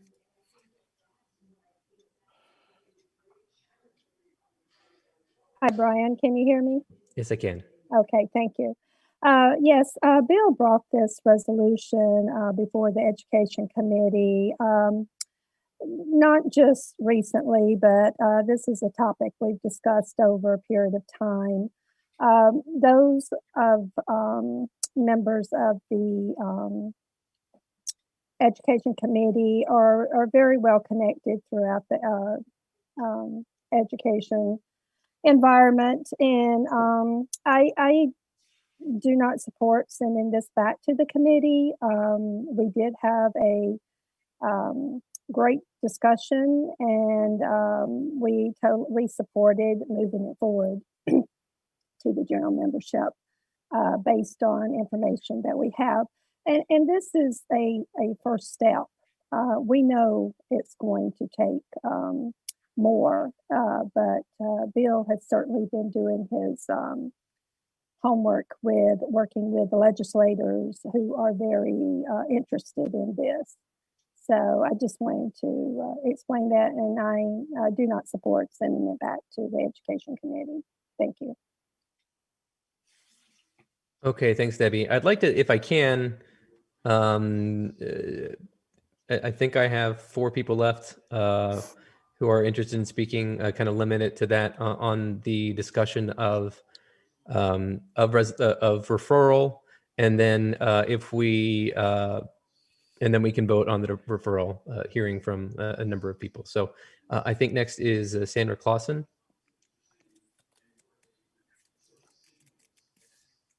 Can you hear me now? Yes, we can. I was going to, before the motion to refer back was made, going to offer a friendly amendment myself to the therefore portion of it. I'm going to read it to you because it may impact what people's thinking is. I was going to make the friendly amendment read, therefore be it resolved that the Fairfax County Democratic Committee urges Virginia's General Assembly and Governor to establish a commission to realign the SOLs and relevant diploma notations with the diversity of skills necessary to meet the post-high school demands of higher education, careers, and trades, including apprenticeship. This is a generic comment versus specifying 15 and all of that. It's kind of just, again, and I want to remind everybody, resolutions have no authority. They're a statement of basically a wish list, a policy wish that we think it's a good idea. So if the amendment that I suggested was made, it isn't specific. It just says form a commission, try to realign it, and this is a goal we have. And so I put that forward. I keep trying to put it in the chat, but it won't take it for some reasons. So I put it in the Q&A because I couldn't get it to take it in the chat, the wording. Maybe with this change as a friendly amendment, the therefore will be more generic and acceptable just as a concept. Thanks, Sandra. Although this is why you and I have talked about changing the way we do resolutions because when you have several hundred people in a room, kind of trying to write a resolution is a bit frustrating, I think. So Ken Wheeler is next. Go ahead, Ken.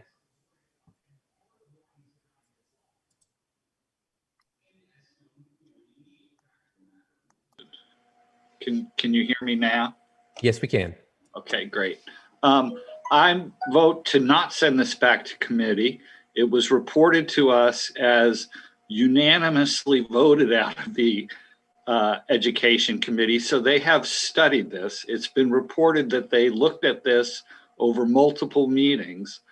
If we want to influence the legislature this session, if we don't pass this tonight and we wait and pass it in January, it will not matter at all because all of the legislation will have been filed at that point. So I vote we should put this on the floor and vote for it or not vote for it. I would support voting for it, but I would not send it back to committee. Okay, thank you, Ken. And then last, I think, Barbara Levine.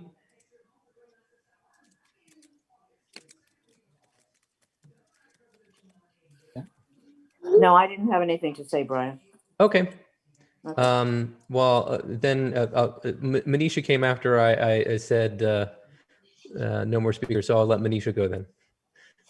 Thank you, Brian. I went back and forth raising my hand and putting my hand down because there was so many thoughts that was going through my mind. It was confusing. I would definitely ask this to be sent back to the committee for a couple of reasons. First, this entire brouhaha that happened with the TJ admissions and saying we should not have separate standards for separate students and we should do away with the entrance exams and all the crazy. And now we are saying we should have separate standardized exams for different kids to assess where they stand. So basically we need to understand that though this is not policy, this is resolution, this is actually a reflection of where we stand. So we need to reassess our position and make sure this is not just theorizing or analyzing some data that is out there, but actually taking the pulse of where Fairfax County is and what we want to do. So this, I would definitely say send it back to the committee. I'm not at all comfortable with this, so that's my piece. Okay, thank you.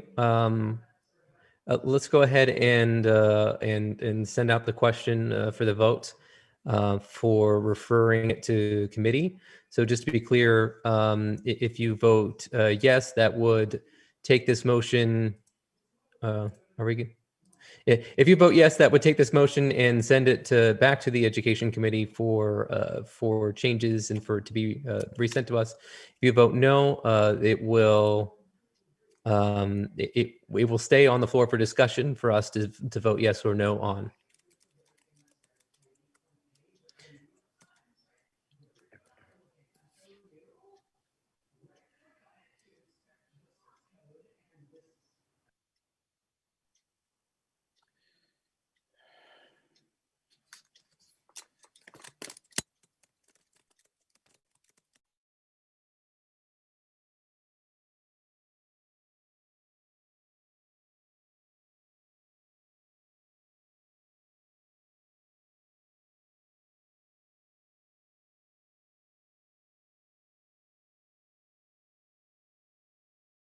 Okay, we've allowed 30 seconds for voting so far, 71% voted. I'll give another 10 seconds or so for voting.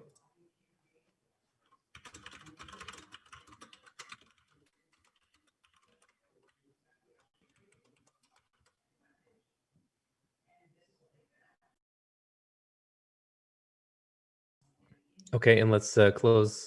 Okay. If you cannot see the voting, you might need to exit full screen on your device to see the interface for voting. So I'm going to give another moment for that to see if we can get. I see a couple other people coming in now. So last call for votes.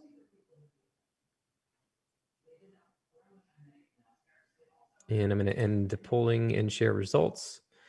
The motion to refer the resolution to the Education Standing Committee fails, or back to the Education Committee fails. And okay, so now we're on the original motion of this resolution. And I have, so if there is any other discussion on this, let's go ahead and go through that. There's a person named David who does not have a last name, so I will go to them next.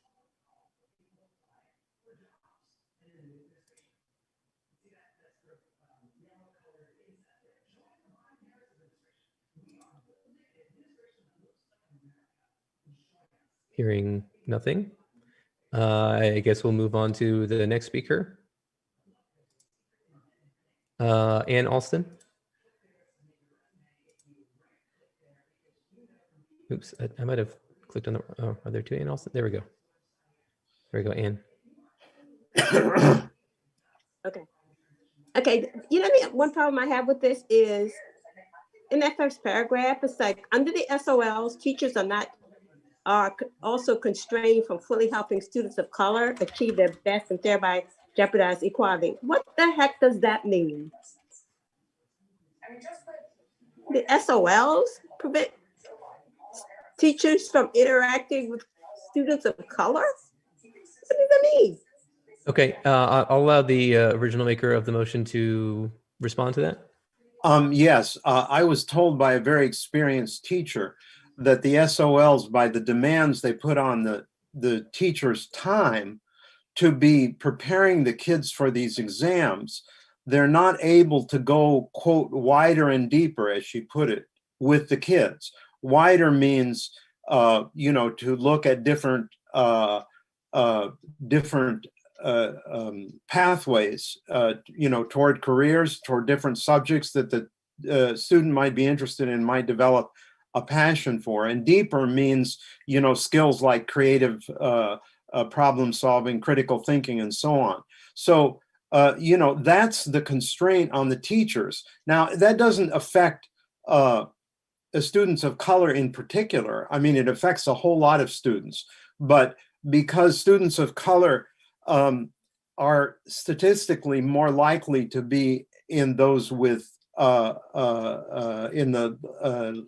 the academic challenges, it's more likely to affect them more. So it's not particularly focused on race or anything like that, but it will help with equity. I mean, we do have a problem of poorer students and students of color both, you know, which is an overlapping group, not performing as well as the more well-off students. And this would help that. That's the concept. That statement does says, in particular, students of color. Says that statement does say. Right. Well, it includes students of color. That's what I'm Well, saying. why doesn't it say all students and not just students of color? Well, because I do say all students there. Otherwise, I don't. Well, why does it have to say students of color? If we can. Because it assumes that students of color are the ones that are less able to do the SOLs. That's what that statement says to me. well, yes, I think that statistically some are. I mean, if I'm wrong, you know, I would be happy to remove that thing, but I think I'm right. That's a racist So, statement. and I would like to let him finish. We're not, I don't want to get into back and forth. I mean, I understand what you're saying, Ann, but I think we've kind of addressed that, or I guess brought up whether an issue on that. So let's see. Sandra Clausen has I believe has a potential friendly amendment to the section, which I'd read before, but I can't seem to get it to take. I keep pasting it in everywhere. I can't get it to copy out of the thing either. So, and I did text it to you and Jack both, hoping maybe you could get it into the body. I have no idea why it won't take it, but you can see it in the Q&A, right? Yes, there is no such thing as a friendly amendment, though. So we would need to have a second, and then we would need to have a discussion on that amendment, and then we would need to vote on it. So I guess the question, so maybe I'm going to try to type it in, but maybe you just go ahead and read your amendment again. Yeah, I'll read it again. I know it's easier to envision it if you can envision it, but therefore be it resolved that the Fairfax County Democratic Committee urges Virginia's General Assembly and Governor to establish a commission to realign the SOLs and relevant diploma notations with the diversity of skills necessary to meet the post-high school demands of higher education, careers and trades, including apprenticeships, period.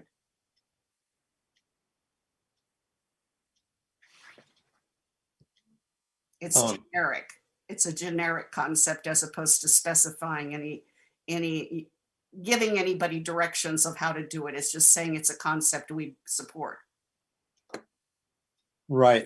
I could speak on this, but I don't know. So there is a second from Paul Norisi.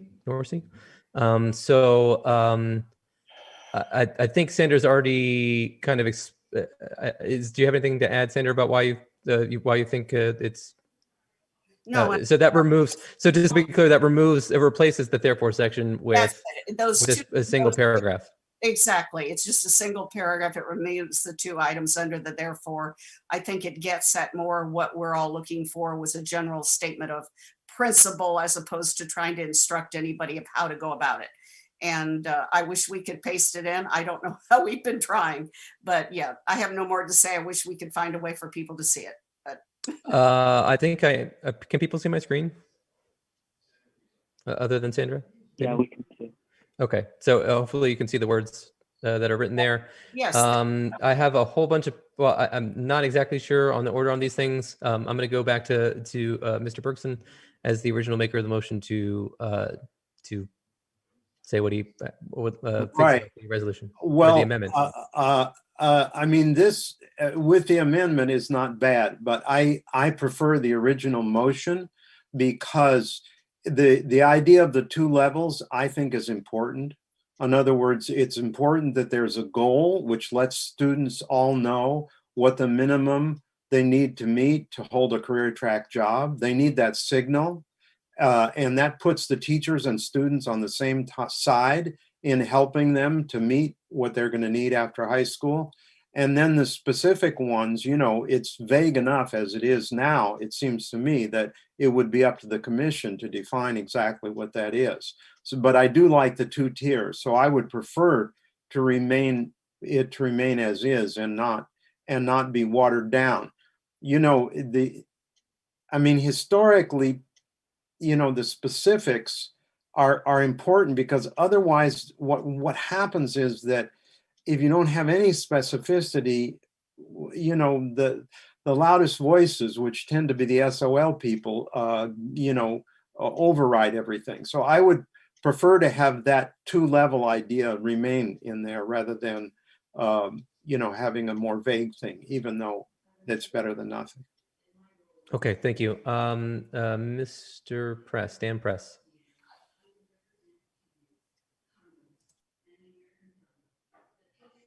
And I see a lowered hand now. So, Okay, or no. can you hear me now? Yes. All right, so I just want to reiterate what's been said in the comments, that, you know, look, what it sounds to me like, and I'm not going to say what I said before, this sounds like, you know, it's almost moving into racial tracking.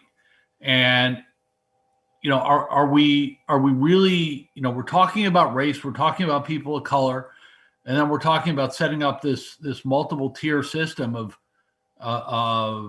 you know, vocational education versus, you know, that's not where we should be going. And certainly, you know, if we are talking about racial issues, you know, we just created a Black caucus. You know, let's run this by them. Let's see what they have to say about this. Let's run this by, you know, the I don't know if we have a Latino caucus in FCDC, but if we do, we should run it by them. You know, this is just not ready for prime time. And it's not, you know, I appreciate Sandra's change, but that doesn't solve all the whereases that are wrong. So I mean, we're talking about the amendment. We refer this, so I think we just need to vote it down, and then they can go back to the drawing board. Okay, well, we're talking about the amendment now, because the amendment, the motion on the floor is to amend the resolution as appears on the screen now. I don't think that was seconded, Brian. Yes, it was. It was, and actually, they have their hand raised now. So Sanjog Narola. Can you hear me now? Yes. Excellent. Yeah, I commented to the panelists, and I had actually suggested perhaps maybe we do a revote if possible. This is actually my first time joining, so I'm so happy to be here, and we're talking about some really important things. I do believe that if we're really trying to solve the problem at hand, which is to try and provide the best future for our children from all different socioeconomic backgrounds as well as racial backgrounds, there are other components that perhaps might need to be revised for this SOL to really be up to standard. For example, I do believe financial literacy is a huge component as to our lifestyles, and that is learned through hereditary or really through parental guidance, as opposed to K through 12 academia and post education. I think there are components that I want to make sure that we touch upon and really look through to make sure that you know, the children of the future are prepared for what's at hand and what the real world is like. Oh, could I respond to these? Well, I'll let you come back to what we have. It looks like 2 other speakers that I'd like to, or maybe 3, and then we can come back to you, and then hopefully we can make. Well, we're just to be clear and to remind people, we're having discussion about whether or not we should amend the resolution. So, voting yes or no and the discussion that we should be having now is whether or not we're changing the resolution, not whether or not the resolution passes. And saying that, I kind of lost a hand. So I think the last speaker then, before I go back to you, Mr. Bergson, is Jasbinder Singh.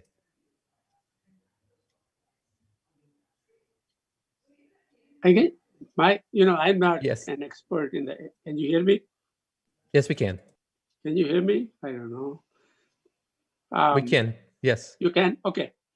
I think all references to somebody being black or belonging to minority society should be taken up in my mind, because the people, I have tutored 2 Hispanic children when they had actually graduated out of high school or were not doing very well.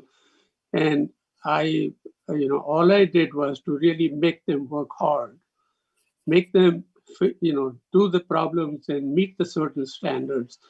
And they did very well. Both of them are ready to graduate from having their bachelor's degrees, one in biology and another one in pharmacology.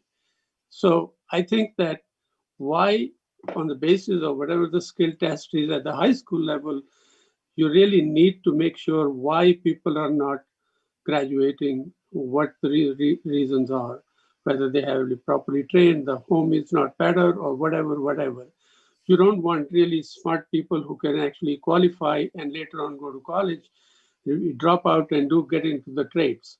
I think that it should not be done, because it's done forever, and you get sort of labeled by being not smart or whatever. So some all references to this should, all black folks or minority folks should be taken out of this resolution. Okay, I guess that's a separate resolution. I'd like to give last opportunity to speak on the amendment to Mr. Bergson, and then we can have a vote because we do have more business before the committee. So quickly, if we can. Right, just to respond, on the issues of color, this is totally individualized. There's no recognition of color in the process. The choices of what line the child, the student wants to go on is totally up to him or her.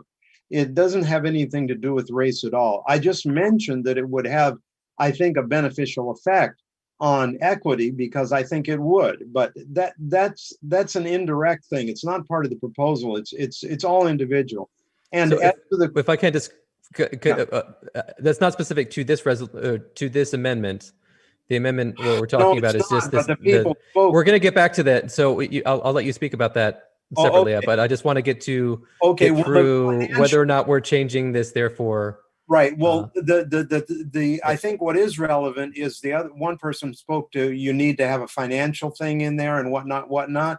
I don't think so, because my original language was vague enough that it allows the commission to do what they want. So if the commission finds that financial, goals are very important for children to learn before they graduate, they can say so. The commission is really, that's the commission's task. Can I respond? No, I'd like to. Who was that? That was Sanjog. In 30 seconds or less. Sure, that's fine. So at the end of the day, I mean, we all have to use money daily, right? So no matter what, we can all go and get an education in school, and perhaps we may get a degree, but a lot of people that we know perhaps go to college and get a degree in a field that perhaps they don't actually utilize in the real world, perhaps, right? And given that, one thing that is for certain is money is going to be transacted in your lifestyle on a day-to-day basis regardless. So I don't want to depend on parents to teach that to our children, because I think that for those that are not financially literate, the parents that are not financially literate, their children aren't at an advantage like the parents that are financially literate, because I can tell you, as someone that has had the privilege of that, that's how I've been able to move forward in my life in financial success. Okay, so thank you. So to clarify, reiterate as much as possible, because a lot of that discussion was not germane to the amendment, and I want to be cognizant of everyone's time as much as possible, as we've already gone almost 2 hours. We are voting on whether or not to replace the therefore section, the last section of the proposed resolution, with the text is on the screen, and it says, therefore, Be it resolved that the Fairfax County Democratic Committee urges Virginia's General Assembly and Governor to establish a commission to realign the SOLs and relevant diploma notations with the diversity of skills necessary to meet the post-high school demands of higher education, careers, and trades, including apprenticeships.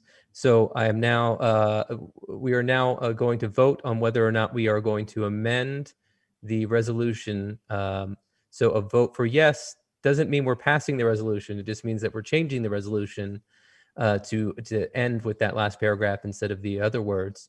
And then a vote no would to leave the proposed resolution as it originally came to us from Mr. Berkson and from the Education Committee. So let's, there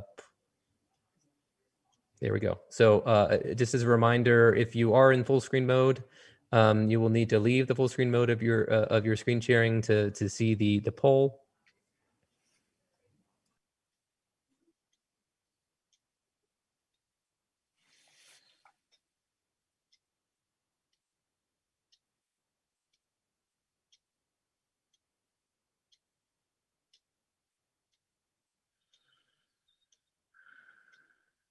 And most people have voted, so I'm going to give another 10 seconds to vote.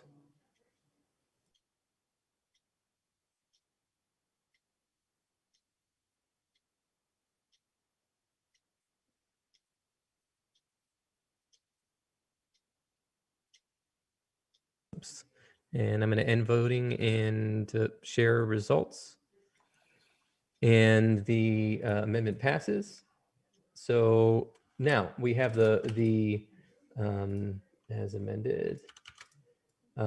So now we are voting on the full resolution, which is, if I can, pull where does it keep going? I've pulled it up a couple times now, and I keep on losing it. The full resolution includes all of these whereas clauses that we've already seen and discussed at some length, and then the therefore section is replaced with the paragraph that we just put forward. Are there? I think we've talked about this pretty well at this point. I have a item in chat to call the question. Is there any objection to calling the question?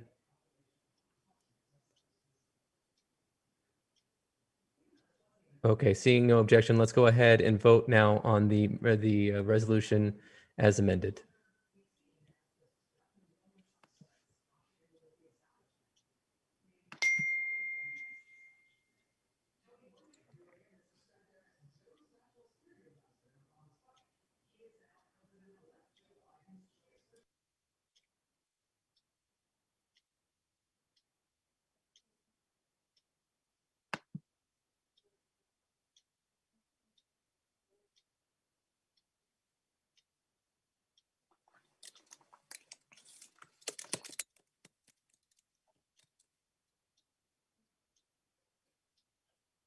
Okay, last chance to vote.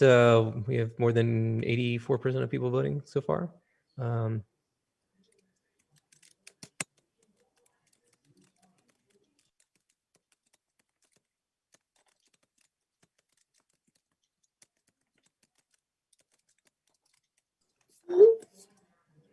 Okay, the motion as amended passes 55% to 45%.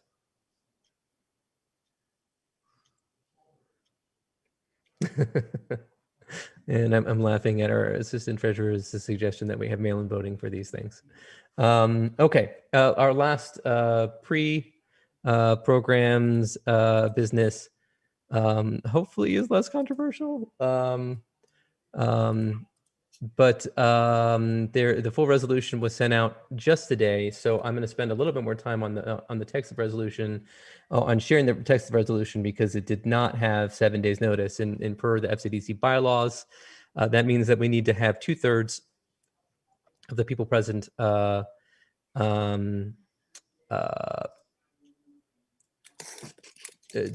of the people present voting in the affirmative to pass the resolution. And the resolution, I'm going to find, there he is, Mr. Sherratt, Jeff, to allow him to make the motion. Good now? Yeah, go ahead and make a motion to approve your resolution, and then we'll get into discussion. Okay, I make a motion to approve the resolution. Is there a second? Is a second from Dan Press? You may go ahead and speak on the motion, and just for everyone's benefit, try to be as brief as possible. Oh, you guys know me. I'm always brief. Okay. Basically, this resolution is about reaffirming FCDC's support for the school board because since July of this year, there has been a very coordinated campaign by a group of Republican operatives and former school board candidates that has been harassing our school board members quite persistently, quite toxically, and it has been bad enough that I started to notice and others have noticed, and we have been working on sort of tracking what's been going on. That's how we kind of put together that this type of thing was needed. The most recent development is that they have started a formal recall effort targeting specifically members Laura Jane Cohen, Elaine Tholin, sorry, Elaine, I'm bad at last names sometimes, and Abrar Ramesh. And we believe they also plan to extend that effort to Carl Frisch and Melanie Mirren in the near future, depending on how things go for them. As anyone who's familiar with recall efforts would probably attest, the logistical and legal hurdles for this type of thing are substantial. So it is less about a literal worry that they're going to successfully recall them, more about that they're using this as a recruiting tool for just general Republican efforts. And the danger is that the issue that is the sort of the big hot button here is school reopening. There are others that they touch on, but it is primarily at the moment about school reopening, which for anyone with parents, or sorry, any parents with children will know that this is very forefront on our minds. Quarantine is tough. Some kids do well with virtual school, some do not do well. It is a tough situation for everyone. And it involves a lot of tension, a lot of emotions, and the Republicans are playing on that. They are moving the Overton window. They are radicalizing the discussion, and they are pitting parents against teachers in ways that is extremely, extremely inappropriate. And this is something that FCDC needs to try and address a little bit. And the way that I'm suggesting we do that, to try and sort of, deal with this attempt at fracturing the Dem coalition, is to start with this resolution in support of the school board, not for any particular school reopening plan. It's not about trying to push them in one direction or another. They're already getting plenty of pressure from a variety of directions. It is about reaffirming our support for them and our trust in their ability to do what we elected them to do, which is to use their discernment, their judgment, their ability to listen to constituents and to make the right decision. They have a lot of responsibility. They're the nexus of a lot of constituent groups, from teachers to parents to staff and children and all that. And we just, I think FCDC needs to take a bit more of an active step in sort of reaffirming support for them both from FCDC, but also encouraging our elected officials to do a bit more work reaching out, making sure their support is quite known. So that's the sort of the background on this. And if anyone has any questions on that, I'll be more than happy to answer anything. Thank you, Jeff. I just want to personally, personal privilege, whatever, reiterate that I don't think that we should be viewing the serious or the recall attempts as a serious threat to actually remove our elected officials from office. And I say that I wouldn't count that as any more serious than a Trump electoral legal challenge. Even if they get enough signatures, a judge would have to remove them essentially for moving to virtual instruction during a pandemic. There's a very high standard. The number of people that have been removed from office in a recall in Virginia is like 2. And I think both situations were like criminal situations, essentially. So I don't see this as a serious threat, but we do, instead, we should be looking at this as an opportunity, as an effort by the Republicans that lost this election to try to create discontent and organize opposition to our elected school board. But this is, and we should continue to have opportunities to show our support for the school board. So I don't know that this is, I only have one hand raised, so maybe I'll let I don't think this is going to be controversial, so but I guess we'll see. Let's try to keep our comments as brief as possible. I did have someone trying to limit debate in a motion, but let's just if we can close this out quickly. Don Simon, do you have any comments?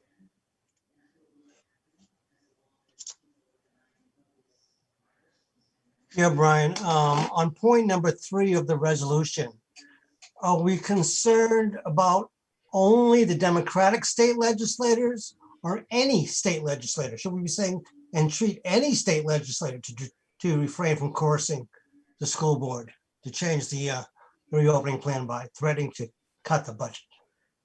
Well, I think that's a great point. I don't know that a Republican legislator is going to care what the FCDC says. And as we've already seen, the kind of amendment process is a little bit tiring. So if it's not objectionable enough that we don't need to work, that it's not a big concern, I would take your comment, but not really do anything about it. If that's okay.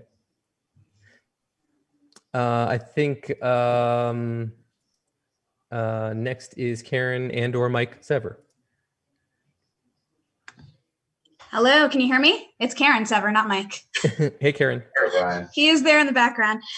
I do want to speak in support of this resolution.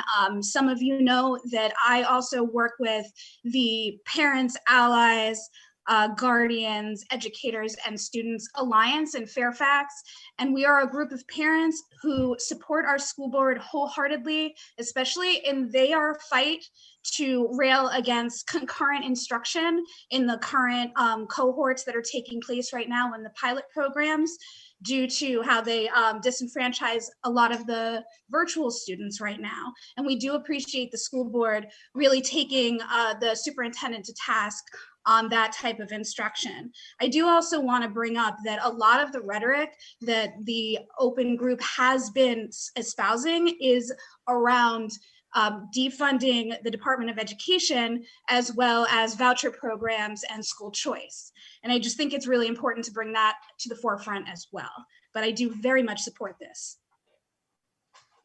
Okay, I think most of the people who are raising their hands are want to speak in support. So if there's anyone who speaking in opposition, please let me know so I can let you speak. Otherwise, I'd like to kind of close this out if we can. So I'm going to go let's go to Debbie Kilpatrick. Thanks, Brian. I just wanted to, Jeffrey did bring this to the Education Committee at our meeting a couple of weeks ago. And we were very supportive of this, of course, because we do support our school board members. We didn't vote on the references to the budget, but as it's written now, I believe that would be, acceptable to our committee as well. So just wanted to say that on behalf of the Education Committee, we supported this. And just in regard to the actual language, I just want to do a quick shout out to thank Sandra Clausen for that. She did a great job polishing up because I am absolutely rubbish at writing parliamentary language, full stop. But fortunately, FCDC has access to such a great array of specialists that, even I can get across. Well, you did a very good job. Thank you. I was going to say the same thing. To give a shout out to Sandra because she's very good at that. So thanks. I guess last comment quickly, Julie Shepard. Thank you, Brian. I speak strongly in support of this resolution.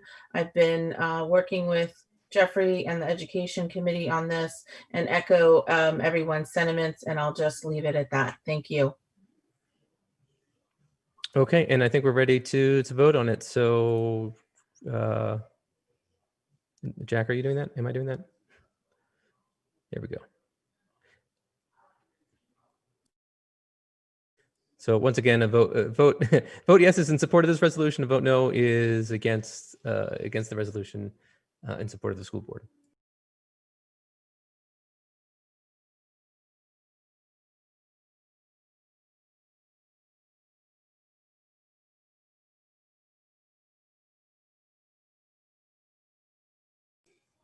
Okay, I'll give another couple seconds to vote, with most people voting.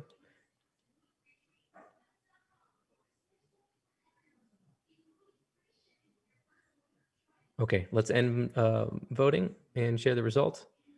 And it's almost unanimous, not quite unanimous, in support of our school board in their reopening decisions. So thanks everyone for your discussion on that, and thanks to our school board just in general.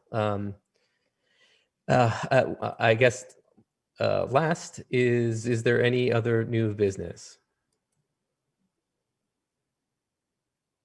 And I'm going to lower hands just because I'm not sure if that when that hand was raised. If there is new business, please raise your hand or send me a Q&A. And if not, we'll move to announcements.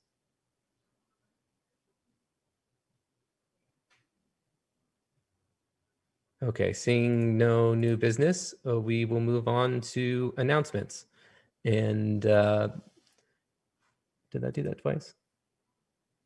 There are two FCDC announcements. First and foremost, and we already talked about one, the FCDC Foster Teen Gift Drive. It's on the main Fairfax Democrats website now, or fairfaxdems.org/gift, which has the links to those things on there. Let's see if I can find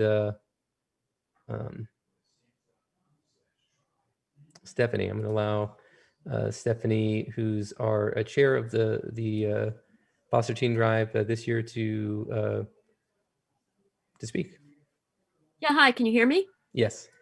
Hi, I'm just going to keep it short. Just go to our fairfaxdemocrats.org website and click on our little box there, and you'll have all the information. And if you have any questions in that section of the website, there's an email address and you can send them to me, and I'm here to help if you need anything. I look forward to giving those gifts to the kids. Okay. Thanks, Stephanie.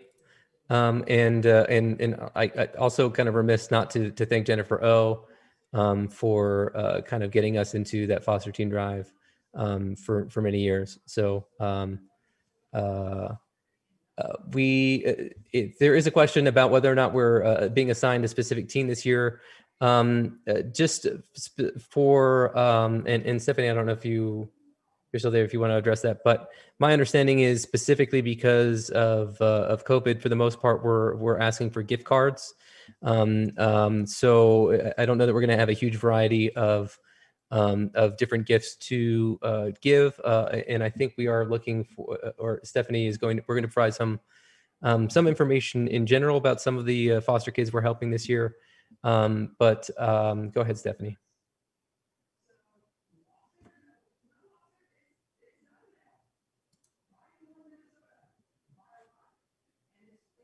If you can, sorry. I have been coordinating with Family Services, and this year they preferred a simpler approach in light of the challenges with COVID-19 to simplify the program, both for on our end, the least risk to our people who are donating, but also on their end to make it as easy as possible for the social workers to distribute the gifts. So this year, the gifts will be more generic, but these are mostly teenagers who, as we all know, who have teenagers, they like to buy their own things. So that was the recommendation of the Department of Family Services, and we are going with it. Okay, thank you, Stephanie. Other also already mentioned the FCDC annual holiday party, and I also would be Stephanie Sedgwick is also helping Nadia on the appetizers and sweets for that event. So thank you, Stephanie, for that. Are there any other announcements?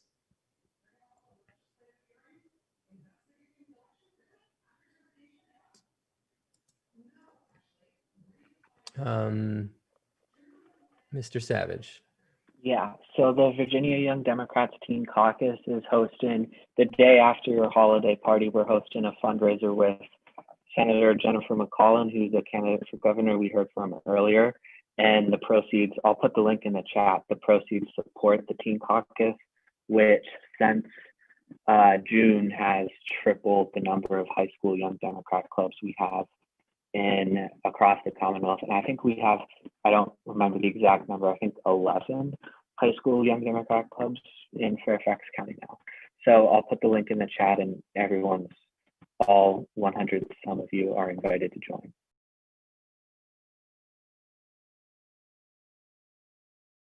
Thank you. I'm just seeing one hand raised, Mr. John Farrell. Mr. Chairman, you and I have had a conversation about the continued status of Mr. Halpern. You had led me to believe there's a task force looking at that situation. I assume we don't have a report from that task force this evening. Is that correct? That is correct. That's still a pending issue that has never been brought forward to the general meeting itself. But has been a topic of discussion at steering and rather will than be resolved. address it substantively this evening, can we get a report from whomever was working on that at the January meeting, please? Sure. Thank you. Last call for announcements.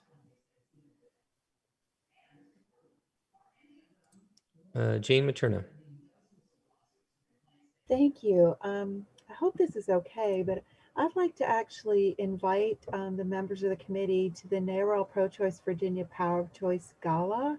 It's a virtual meeting. It's going to be on December 9th, and I'll put the link in the chat. NARAL Pro-Choice Virginia is our the primary leader in putting forth legislation to protect reproductive rights in Virginia. We work in a coalition. But it's going to be a fun event, and we've got some really cool guest speakers, someone who does their own podcasts, and there's details in that. But I'll just put the link in. I wanted to invite everyone to come. Thank you. Yes, that is certainly a welcome announcement. Thank you. Seeing no additional requests for announcements, and there being no further business before the committee, we are now adjourned. Our next meeting is January 26th, 2021 at 7:30 p.m. and also will be virtual. My understanding is that we will have a vaccine by then, but I'm pretty sure we won't have a vaccine or everyone having a vaccine yet. We made it through. Thanks everyone for joining us. Have a happy Thanksgiving. Stay safe, everyone. And we'll see you in 2 months, if not before. Thank you. Good night.